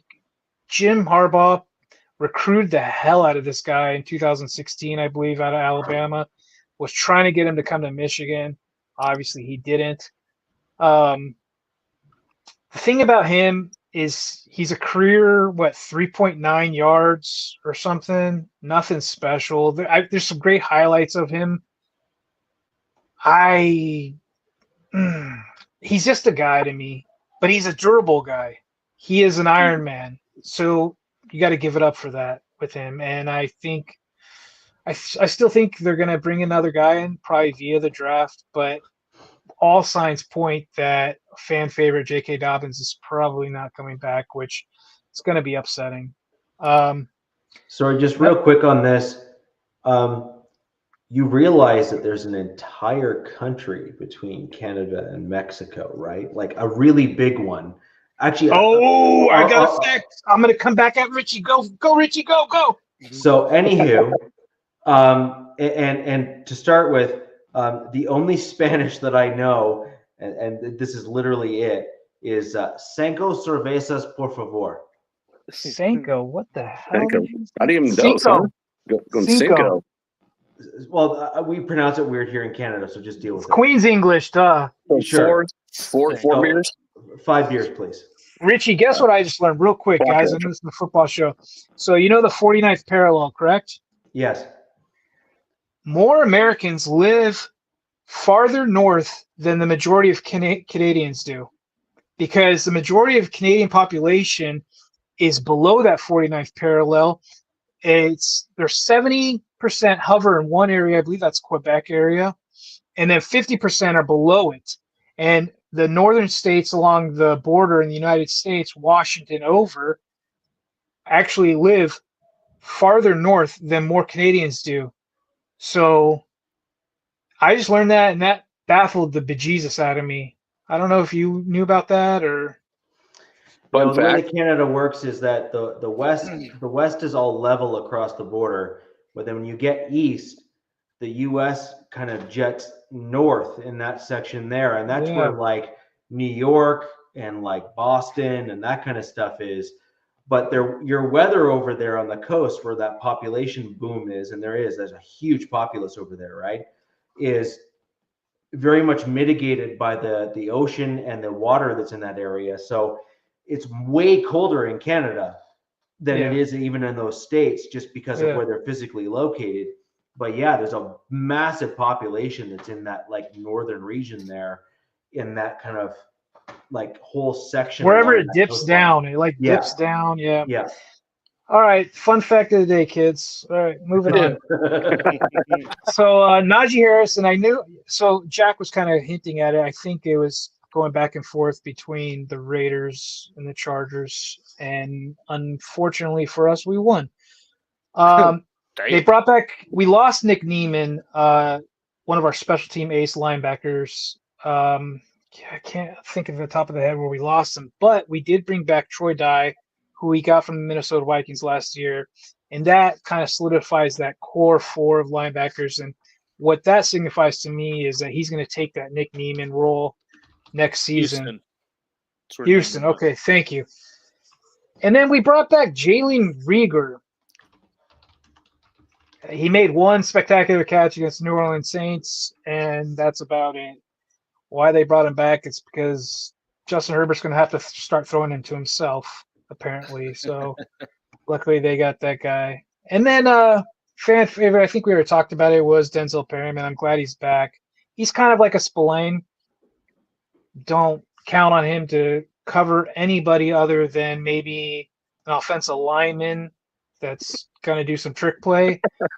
But other than that, the dude is a run thumper, man. He's going to knock your block off. He's a different era kind of cat, and I'm excited that he's back. But and then we were going earlier. We were talking about EFRAs, and that was our tight end Tucker Fisk, who is literally a bowling ball and just this large human body.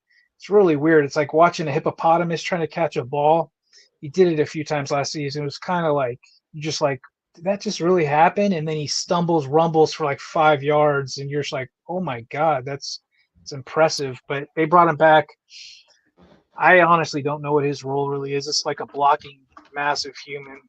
But yeah, so far that's about it. And for the majority of Charger fans, we're pretty dissatisfied with free agency right now, and we can all see what's left on the free agency board. And yeah, but with Joe Ortiz, he did kind of hit it out of the park last year's draft, and this staff all right. See you guys. Salute, Spaceys. So they went after Mike Williams over like Cooper Kupp, or God damn. Yeah. Super cheap deal, though. I mean, yeah, it's a pretty cheap deal. He's a veteran guy, and you also have to remember is that he is not the same type of receiver as Cooper Kupp. No. And he's familiar with your scheme, your quarterback. So, well, he's familiar with Justin. That's about it. Because he's gonna be in a world of shock coming over back to LA, because it's completely new facilities, different city, different everything. Yeah, they were in Orange County, a county below LA, when Mike was here. Well, it is what it is, man. Just hoping we hit So Deeza, I think the Chargers, basically what I'm hearing from you is that there's some moves that are head scratching. There's some moves that were not made that were head scratching, but the guys that, at least a good number of them that you brought back, were ones that you were happy to bring back. Sure. Now I think Bradley Bozeman blackmailed our coach or something. Yeah. There's no reason why you had your. I want to say he was like the 36th ranked center. Last time I checked, there's 32 teams. So yeah.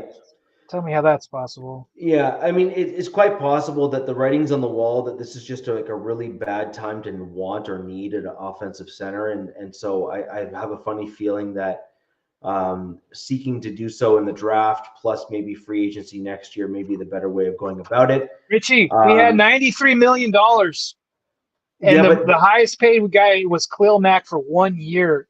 $18 million. But that's irrelevant. If the guy's not available, the guy's not available. That's the problem that happened this free agency. There really was not offensive centers available. Just like Alex literally got like one of the only options available at left tackle for his team. Yeah. Like there was so few that were available in free agency. It's not a matter of, hey, throw money at the problem. The problem is that there is a problem. There's just not any there. I wasn't just talking I wasn't talking singularly just center. I was like, because guard play is pretty piss poor as well. And then I was talking about weapons as well. There's still hope because there's a few guards out there. Becton is still out there. Fingers crossed. I highly doubt it because he's going to cost a boatload. But yeah, there's still hope on, I think everything correlates. Center and guards kind of work together. And, if both of them suck, they're all going to suck. But say you have two good guards and a shitty center, it's going to be a little bit better because, the centers don't really have to work in so much room to pick up stunts and stuff as much as a guard would. You know what I mean? If that makes sense. Yeah, the further out you go, the more mobile you need to That's why I think they want to move Zion, who cannot pick up a stunt to save his life. That's why I think they want to move him to center because he's a beast of a dude. He's a very strong, he's a great athlete, but he doesn't pick up stunts that well, and it would probably work to his benefit if he could be a center. Sure. So interesting moves by the Chargers, and it'll be interesting to see by next show where the teams are at, kind of as we get closer and closer to the draft. Jack, real quick, over to you. Let's blast through your free agency stuff. And I know we're limited. I'll try to make it somewhat quick. But the way I got it called is like, it's Christmas Eve, right? As you're a kid, you're all excited. Can't wait until Christmas morning to get that shiny bicycle. And you wake up and you get a pair of socks. This is one of the best ways I can describe it because there wasn't anything super huge, but you can see the direction of what the Raiders are trying to do. So I'm just going to start off. We got to bring the big elephant in the room. Max Crosby gets his extension. 3 years, $106.5 million, 91 guaranteed. So he's going to be here for the next 5 years. So that was the best part of the whole offseason so far. But you can see what the Raiders are trying to do. And they bring back, their other defensive tackle in Adam Butler. They signed him to a 3 year, $16.5 million contract. He had like 5 sacks. He was an integral part of our D-line rotation last year. And then you come out and they re-signed Malcolm Kuntz, who you guys know he was all hurt, didn't play last year at all. So I thought he was going to get a lot more. I thought he was going to get more like Khalil Mack money and go elsewhere. But they brought him back. So the emphasis is right up front is on that defensive line front. So you can see what they're trying to do there. And then, of course, with losing Moorig, they bring in, a guy who's capable, safety Jeremy Chin on a 2-year deal. He's going to fit the Pete Carroll mold. So we talked about our RDFAs, Palomalu. He's like 6'4" as a safety. Now you're bringing Chin, 6'3" as a safety. I can see them trying to recreate like the big backfields like they had back in Seattle and going that route. So again, the biggest exciting one was definitely Adam Butler and Malcolm Kuntz and Chin were the 3 guys I was the most excited about. Other ones, what was interesting was offensive lineman, Alex Kappa. Yeah. So Alex Capo, he was on Tampa Bay and he played extremely well. He got a big contract with the Bengals, and last year just stunk it up. I mean, he gave up like eight or nine sacks. So he was one of the worst rated guards last year. But before then, he played extremely well. So I think they're taking a flyer on him. I mean, he's getting pretty much starter money, 2 years, Jack, $11 million. Jack, he didn't like that Skyline chili, man. I'm telling you. Probably not.